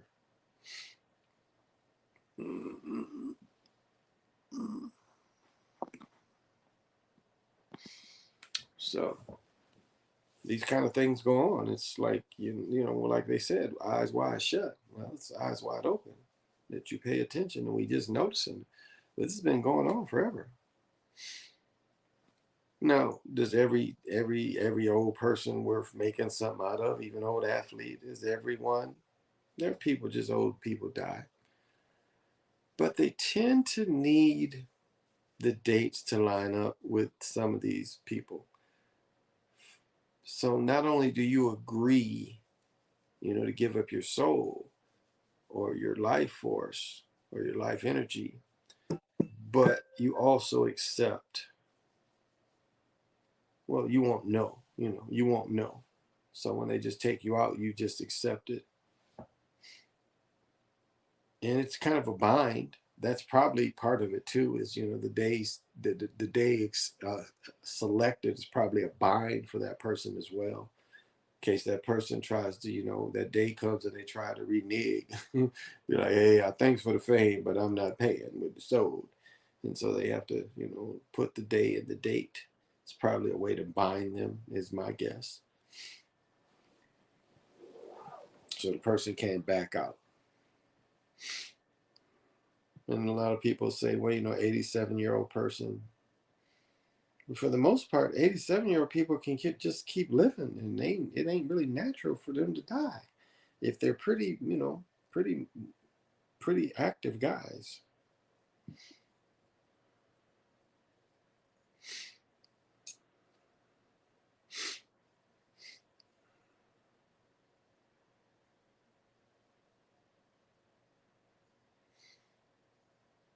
Hmm.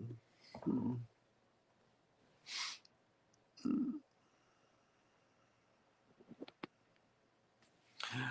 They said that they had a dude left-handed who was right-handed hitting a homer trying to imitate Fernandez. Doesn't get more scripted than that. Who was it when they brought who was the twin brothers, the quarterback brothers from the NFL? Remember the one was on ESPN, and then they put him in a preseason game. You know, the two bald brothers, the one bald brother, one from the Ravens. They brought the other one. They let him play on one of them. It was a Sunday night game, and he had a great game. Then the next week he's back, you know, talking and shit. Remember that fake shit? They brought him in for that one game. They always do that stuff. The story I talk about, the dude who played all 10 years, the first 10 years of the G League, he played in all the first 10, and so they gave him a game for the Lakers. And you want us to believe that the Lakers is going to run plays from him, you know, run spreads for him, you know, run a set for him to score? Come on, what is the odds of that? That they're going to put the guy in? He'd be lucky to play on normal circumstance, not running sets for this dude. You know, they was running sets for it. I was like, look at this shit. They running sets for this motherfucker.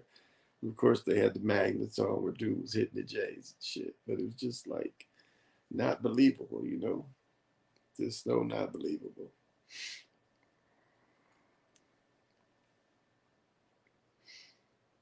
And seeing hockey and seeing the dude catch the puck out of the air and slam it in, and the one Zach show where it hits the pole, hits the board, just goes around the goalie and then slides into the goalie. I mean, it's just the impossibility that the puck would react like that. I mean, it's just not possible.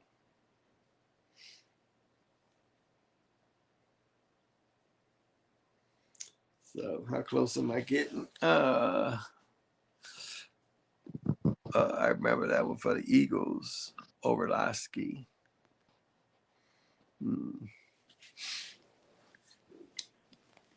Oh, but it was what's his name? What's the two brothers' names? Oh, oh gosh. Hit me a little bit. I'm just relaxed more than anything. Man, I could go to sleep right here. Just just sit right here and just like for real. I don't see the point of changing. Other than I'm not gonna wrinkle my shirt. Then you sleeping in the shirt. Wrinkle my shit. You gotta put it on. Still look like a pimp. Do you understand? I don't mean, human trafficking. It just means type of a persona. That's all. Having your shit crispy, no matter what. Look like a man. About your shit, man or woman. Sorry, I don't mean to single out a woman, but just look good in your stuff. You know, your woman, wherever you're going, you always got that look of the menopause. Because if you're a woman, it's just natural for a man just to look at you. So for one man out there, he'll pause. Hey, you should just take that victory.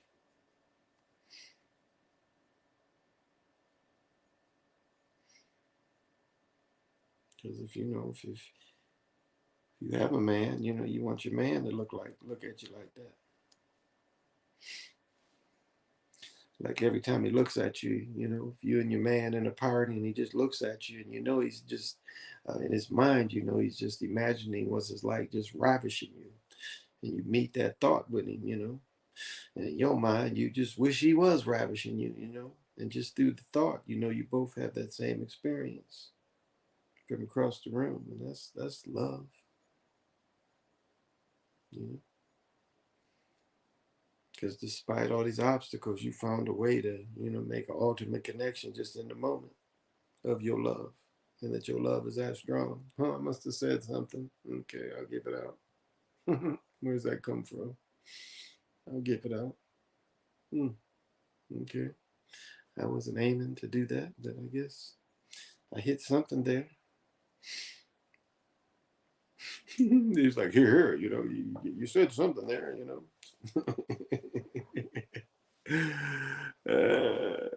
yeah. That's why the song was called "The Look of Love." Just the look.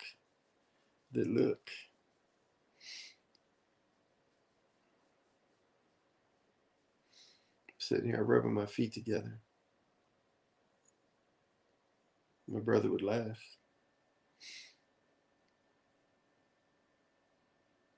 Remember, I came over from college and I was laying around, rubbing my feet together. He's like, "Wow, you still do that." People remember little things about people. And that's the great. That's what makes people alive. That, when you have stories to tell about these ancestors and these people you knew, when you're telling your children, if your children, tell them stories about these people. Tell them these personalities about the people. Don't just have pictures and names. If you can get these stories about these ancestors, this is what makes them alive.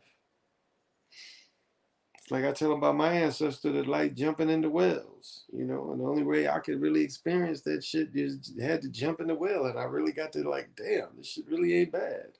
To fucking jump in a well and be part of water that comes out of the earth and just surrounded by this quartz-like rock, And the earth is just holding you there. And most of the time, it's a rope right there. You can climb back up.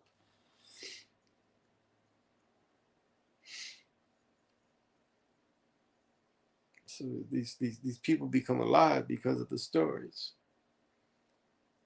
So make sure you have stories to the names. What made them special? What name? Why was they worth remembering?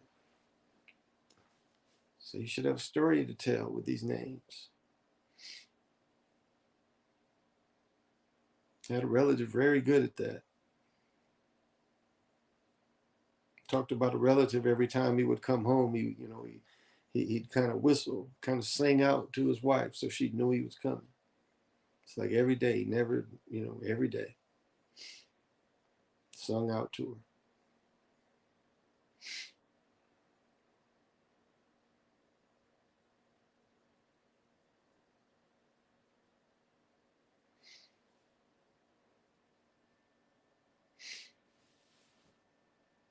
And what's sad is, it comes to a point where people, especially in your family, don't even want to hear the stories or record the stories. What do we tell elders? I've heard that story before. You've heard it before because you need to keep repeating it. It needs to keep living.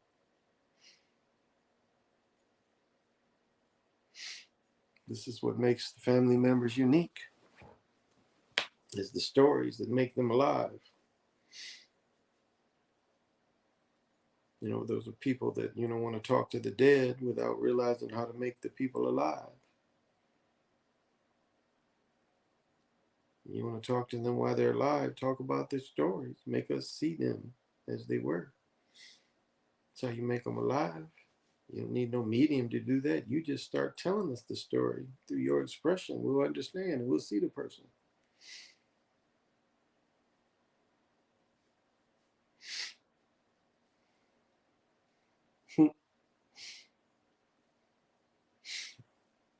If I went to 2 hour mark, oh, I'm getting there. I'm getting there. I'm getting there.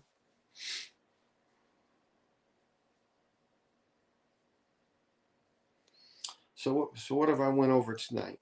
How to be real. How to be real. How to know if you're real.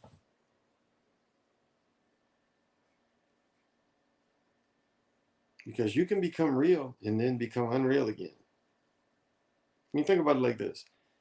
If you were real and then you won $1 million, do you think you would still be real? Or you won the lottery, do you think you would still be real? Would it still be possible to be real given that kind of fake gift from this reality? Do you think that you could still be real using its gift like that? Because it really wouldn't allow you to give too much of the gift to, waking up more minds. It would want you to spend. As long as you spent, it would be happy. But if you tried to wake up more minds, it wouldn't be happy then.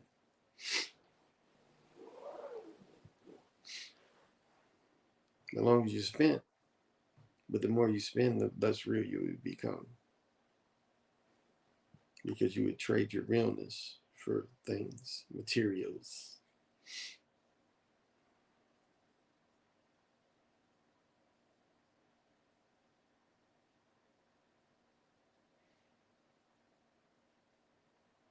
So that's the best I can give everyone. It's how to look at this thing. Is work on those things. Work on your awareness. Because awareness is where, ties into the knowing.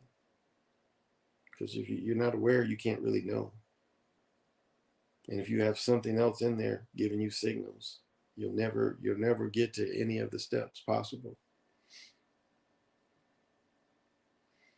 Because once the awareness becomes fully activated, and then what it's about knowing. Then you don't have to believe, and knowing never stops.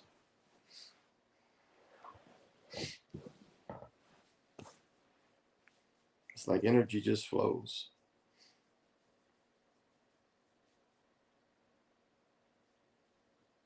And it's like you don't even have to fight it. That's the thing that the system shows you. You don't even need to fight the thing. The thing wins when you try to fight it. It loves that. When you try to fight the thing, it loves that you fight it. The key is don't fight it.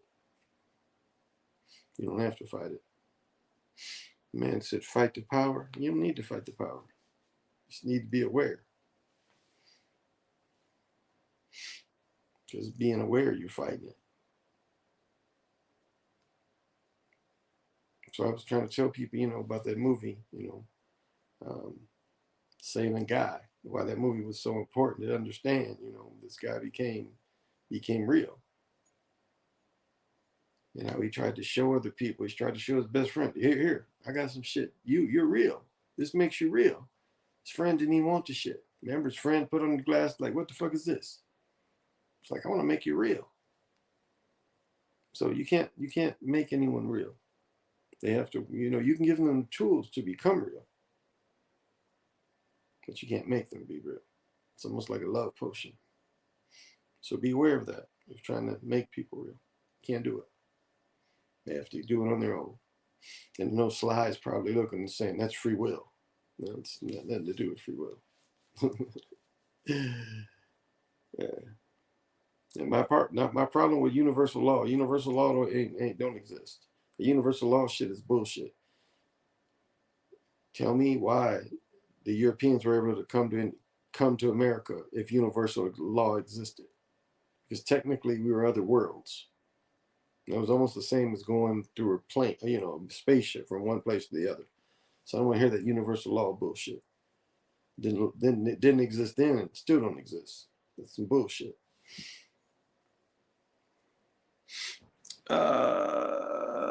Karma bullshit, in my opinion. Yeah, karma's bullshit too. Well, no, I'll say this. This is the way it works. Karma is like if you want to play, used to be a little leg game. It's like you put your foot in the leg and you start hopping over it and stuff. It had a bell and you made it go around. That's the perfect thing of karma. Karma is the bell.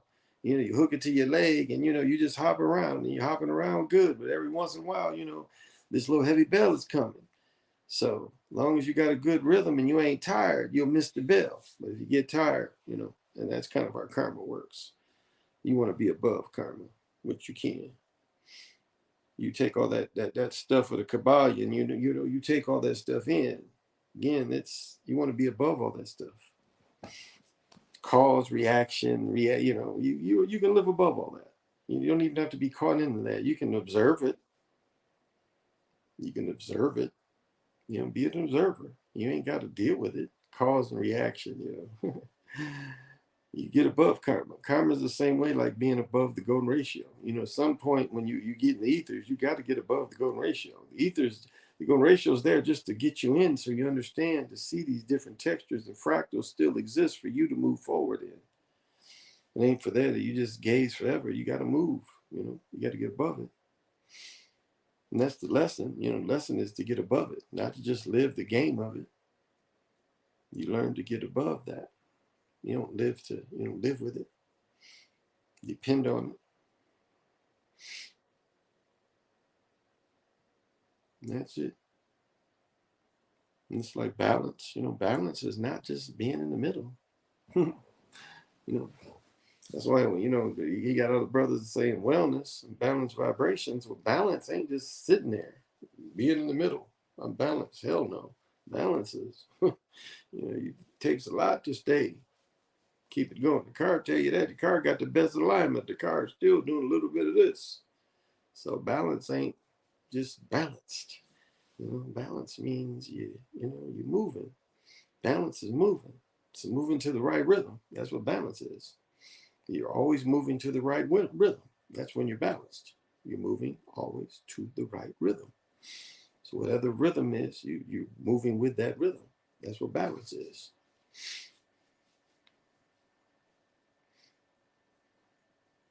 I don't know if I shared this, but maybe I did. As I said, I've solved the way of driving and the energy of driving, and even it showed me a decent new kind of thing. But it's just, and maybe I mentioned this yesterday, but I'll mention this again just to show you how this thing, and you know how this thing works. And again, I'm going through. I already see. I'm going through green lights till I get to work. I already see this, and I looked and I kind of had a thought like, I'm probably not going to make this light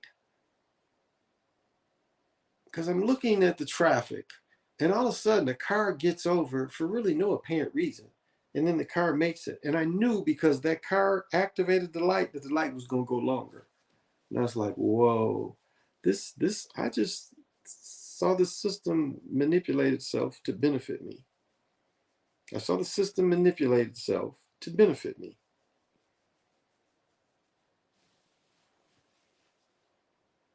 And so we see these little kind of things. And most people wouldn't even pay attention to something like that. And these are small little things that this system will just naturally help you do.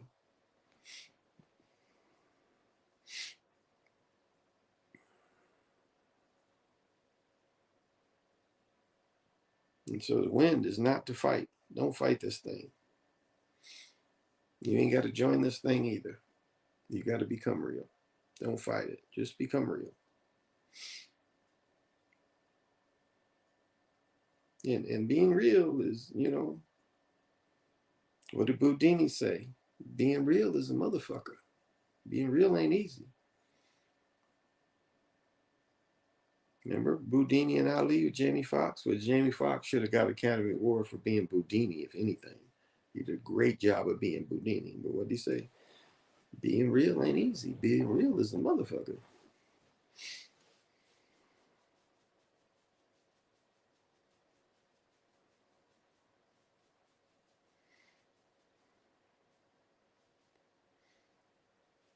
So it's not an easy task. And once you become real, you can't go back. You just stay real. Never happens to you. You never get karma. That's good. That's good. But yeah, stay ahead of karma. But being real.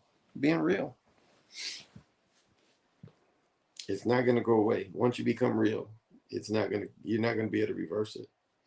You can't be cipher where it can get turned off. Once it's turned on, it's gonna always be on. So and I think people do have a test period. You have a test period because you can become real and become unreal again. You can get caught back. I'll say this: you can teeter, where you see it, but then you're like, you can teeter. I'll say that because especially people, and I hate to say this, but scatterbrained people probably can teeter back and forth. But even that seems after a while it changes. So after a while, you would be stuck. But scatterbrained people, I'll say that. Tell every side. I don't want to hold that back.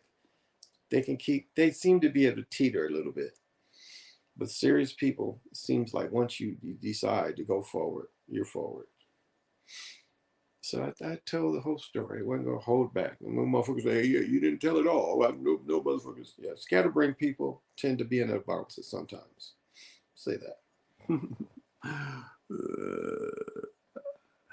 I already said the Nets. I'm just saying the Nets right now. I ain't saying nobody else but the Nets. I'm just going to give in the Nets right now. Nobody else but the Nets. Looks like the Bill Russell thing is for the Nets and Ben Simmons.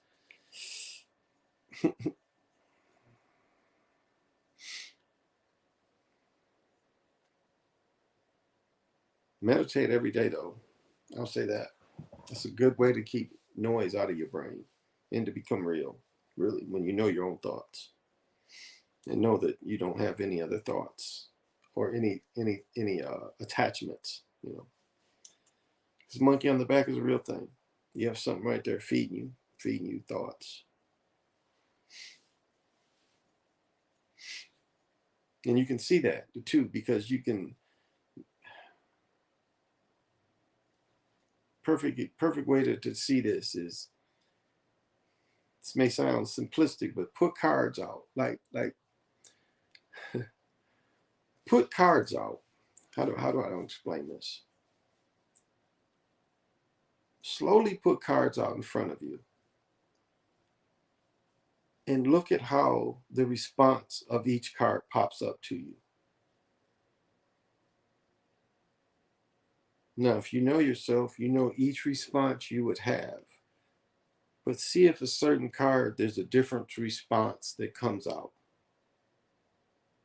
And I know it's boring, but just pop all those cards out and just see if every card you feel the same way. And if a certain card makes you feel a certain way, or a different thought comes up while you're popping off the cards, looking at the numbers. And that's a simple way to just see if all the thoughts are yours. I know it sounds simplistic, but it's a good way to see this. Does one of these cards make me wonder? And I'm not saying the card necessarily is the thing, but I'm saying something associated with that number is kind of picked up on you. And you need to get rid of it because you don't know how it's affected you. And there's ways to find out too. Yeah. Of what's affecting you. There's ways.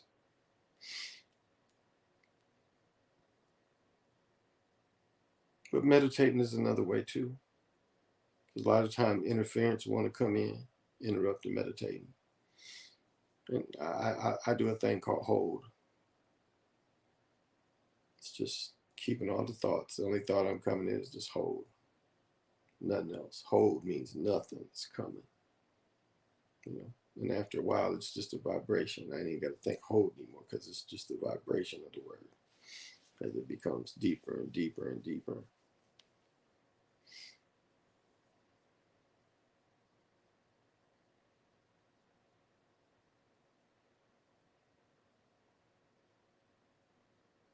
And it's funny, one thing that you can experience, and I'll share this, and I'm not going to go too much longer, but it is funny sometimes, as I say, you can meditate just being, just like even around, like at the mall or something. Like they show people being able to shut everything off and just go into their own self and then bring it all back up. And it's really, that's possible. It's really possible to be in a large group setting and really just, turn that whole group setting into just a moment of getting away from it and just making all of it just really about you for a second. Your energy to truly be able to get away in another person's, or not necessarily another person's spot, but just in that setting, where the setting could be, because the setting could be at your home too. You could be at home around a lot of people and then just, but it's better. But meditate every day, guys. Really get that quietness. That's a good practice every day. It doesn't take long. It doesn't take long. 10, 15 minutes. Just quiet your mind. See where your mind will take you. See what you're creating. Know that what creative force you are. How great you are. All of us. All of you. Especially you watch me. You got to be great.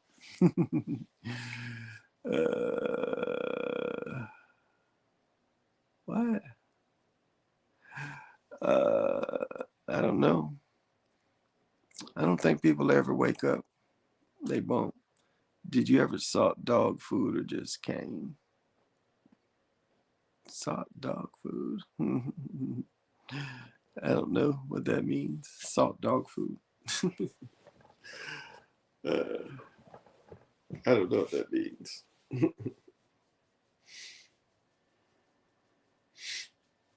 Mm.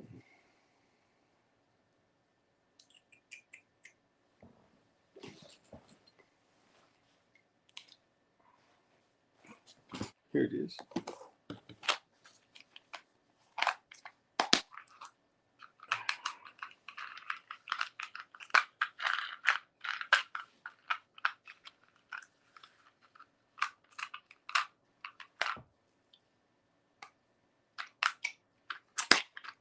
Throat's getting dry. That'll help.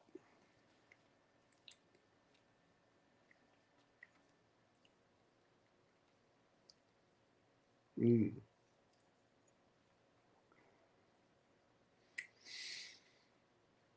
Hmm. Hmm. Refreshing. Spearmint. Is that what it is? Spearmint. I think I've always liked spearmint. Double mint. You got only pets.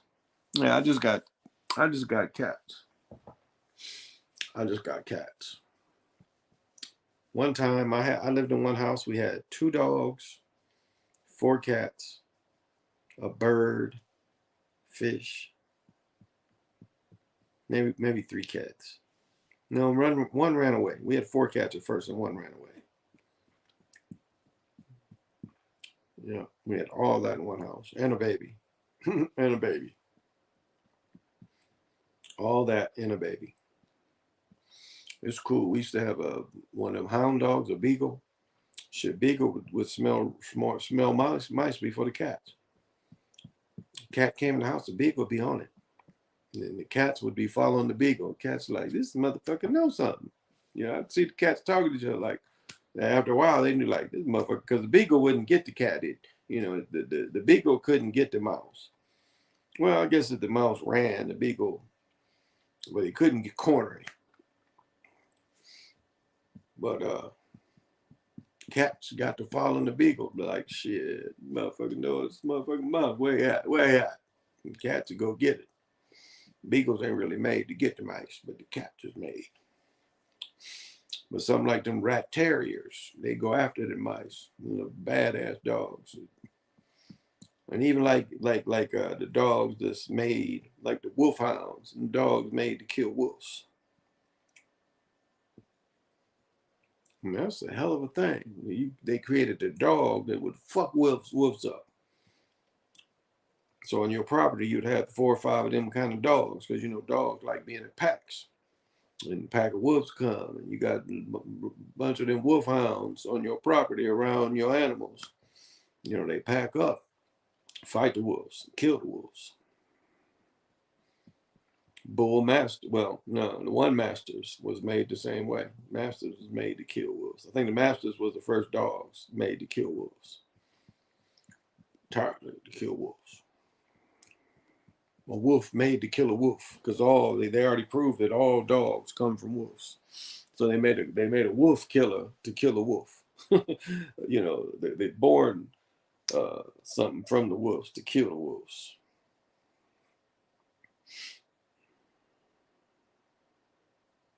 Shit, they still got them here in Minnesota up north.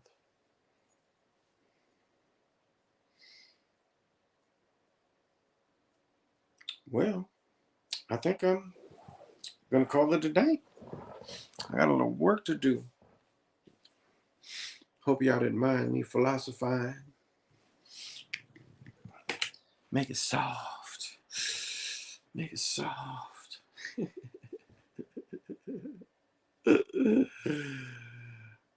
I am soft and easy to look at. It's been a glorious day. Guess I'm trying to hold on to it too much. Feels good though, y'all. And hope you guys feel it. I try to put positive energy out. I really do.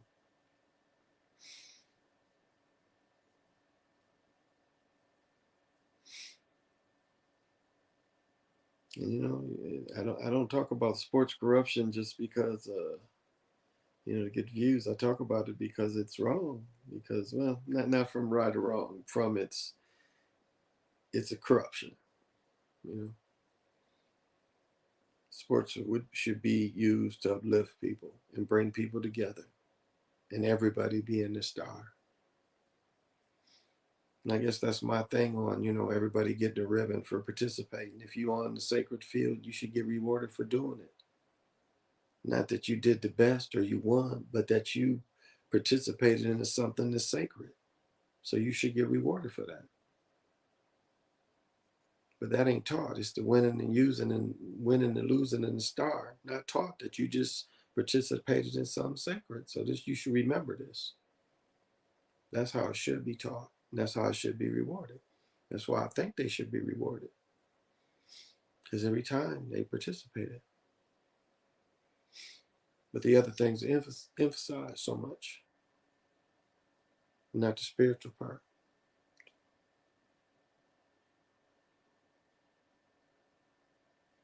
Teamwork is, spirituality really, to get along. That comes down from the hero twins. Teamwork makes the dream work. Together, what is it? Together, together we stand. Divided we fall. But that's what the rhythm is. The rhythm is helping your brother. It doesn't mean helping everybody. It means helping your brother. So it means helping those that help you. It's the metaphor. You help those that help you. You even help those that might help you, and you just help those. Just because that's how you are. That's being the hero twin. Just having that part of the energy is good.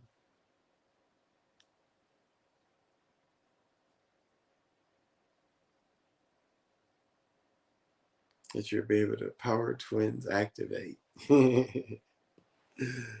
I hope I could stand up when I get down from this soft motherfucker. It's soft as hell. Hope I can get up. Get on up. I'm going down, down, down. So get on up. Get on up. Now get on up. Now get on up. So get on up.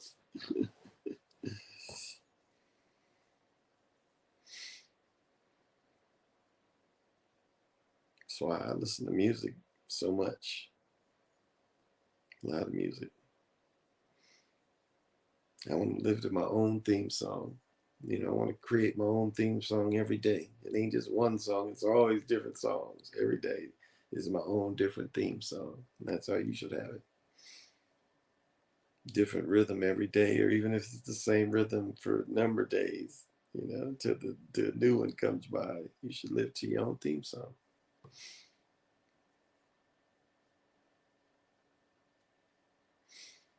Like you ain't never went anywhere where the background music start playing and James Brown singing in the background. He's going, pay the cost to be the boss.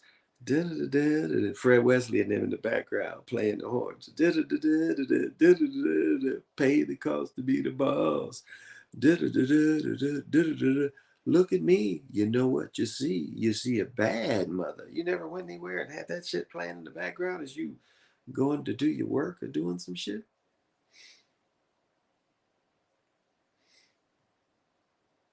See? Yeah, you create your own theme song every day.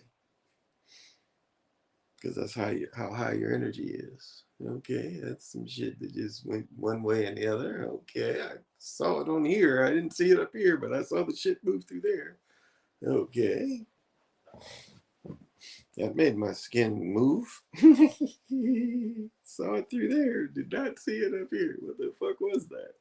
Did you guys see that? Oh, that shit went through. Went through fast, but I saw it on the screen. Did not see it in front of me. Replay. Probably won't see it on the replay either. A.B. Brown. Hmm. Uh, yeah. I mean, that's really the only way to change things is through young people. So, yeah, you can use the techniques to teach young people how to become awake. But it's so hard, the traps of not being real. Or, excuse me, how to become real. The traps are to stay not real.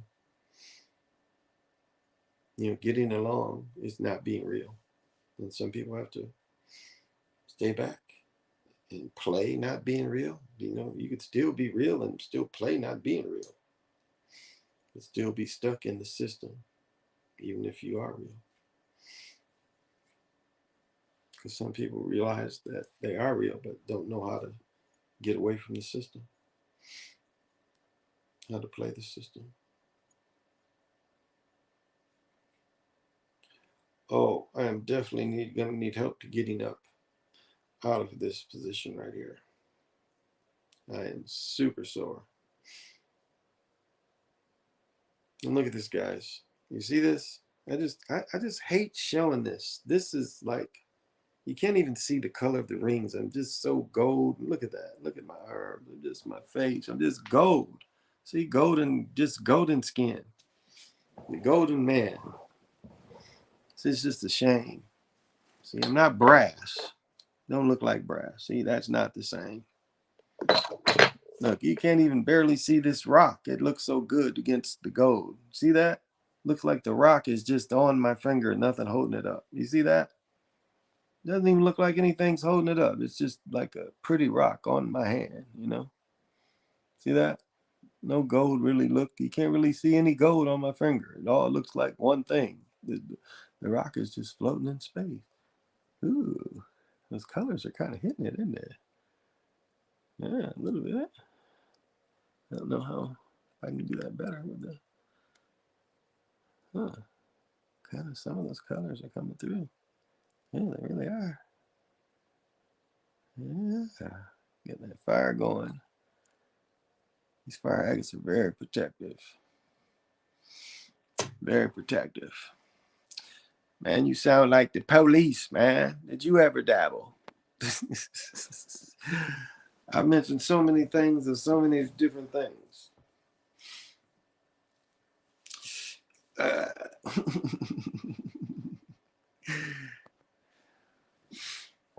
I've mentioned so many different things of so many different things, buddy.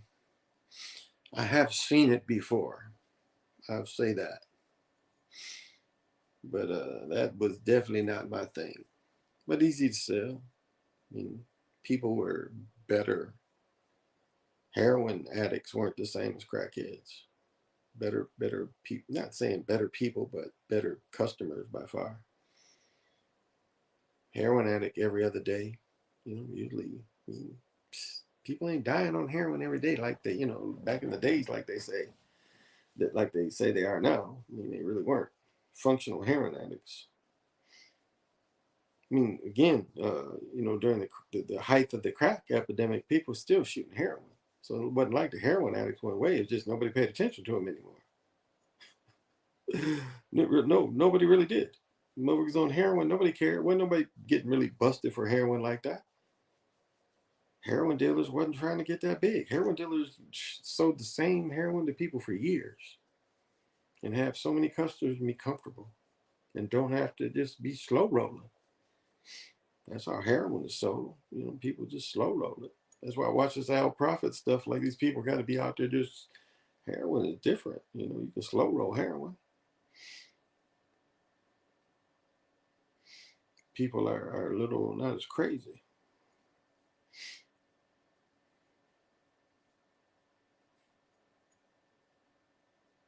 But y'all dig that? People was ignored.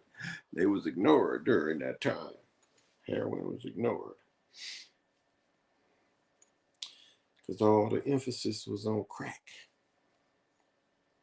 Kind of powder was ignored too. Powder cocaine was ignored too.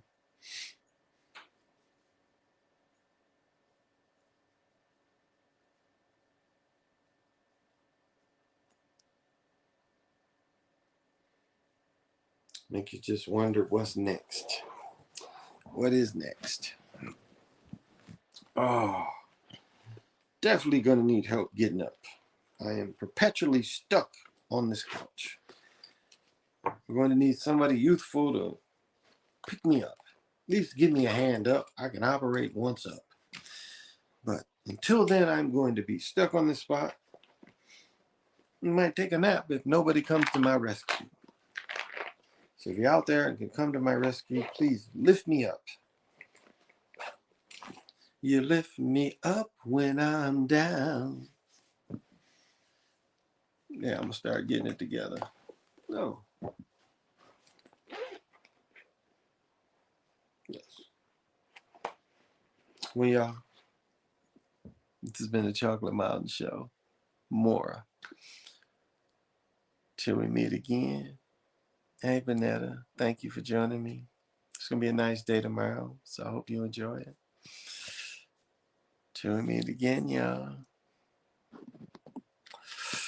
It's marathon show. 2.5 hours. Can't say no more. Till we meet again. Say less.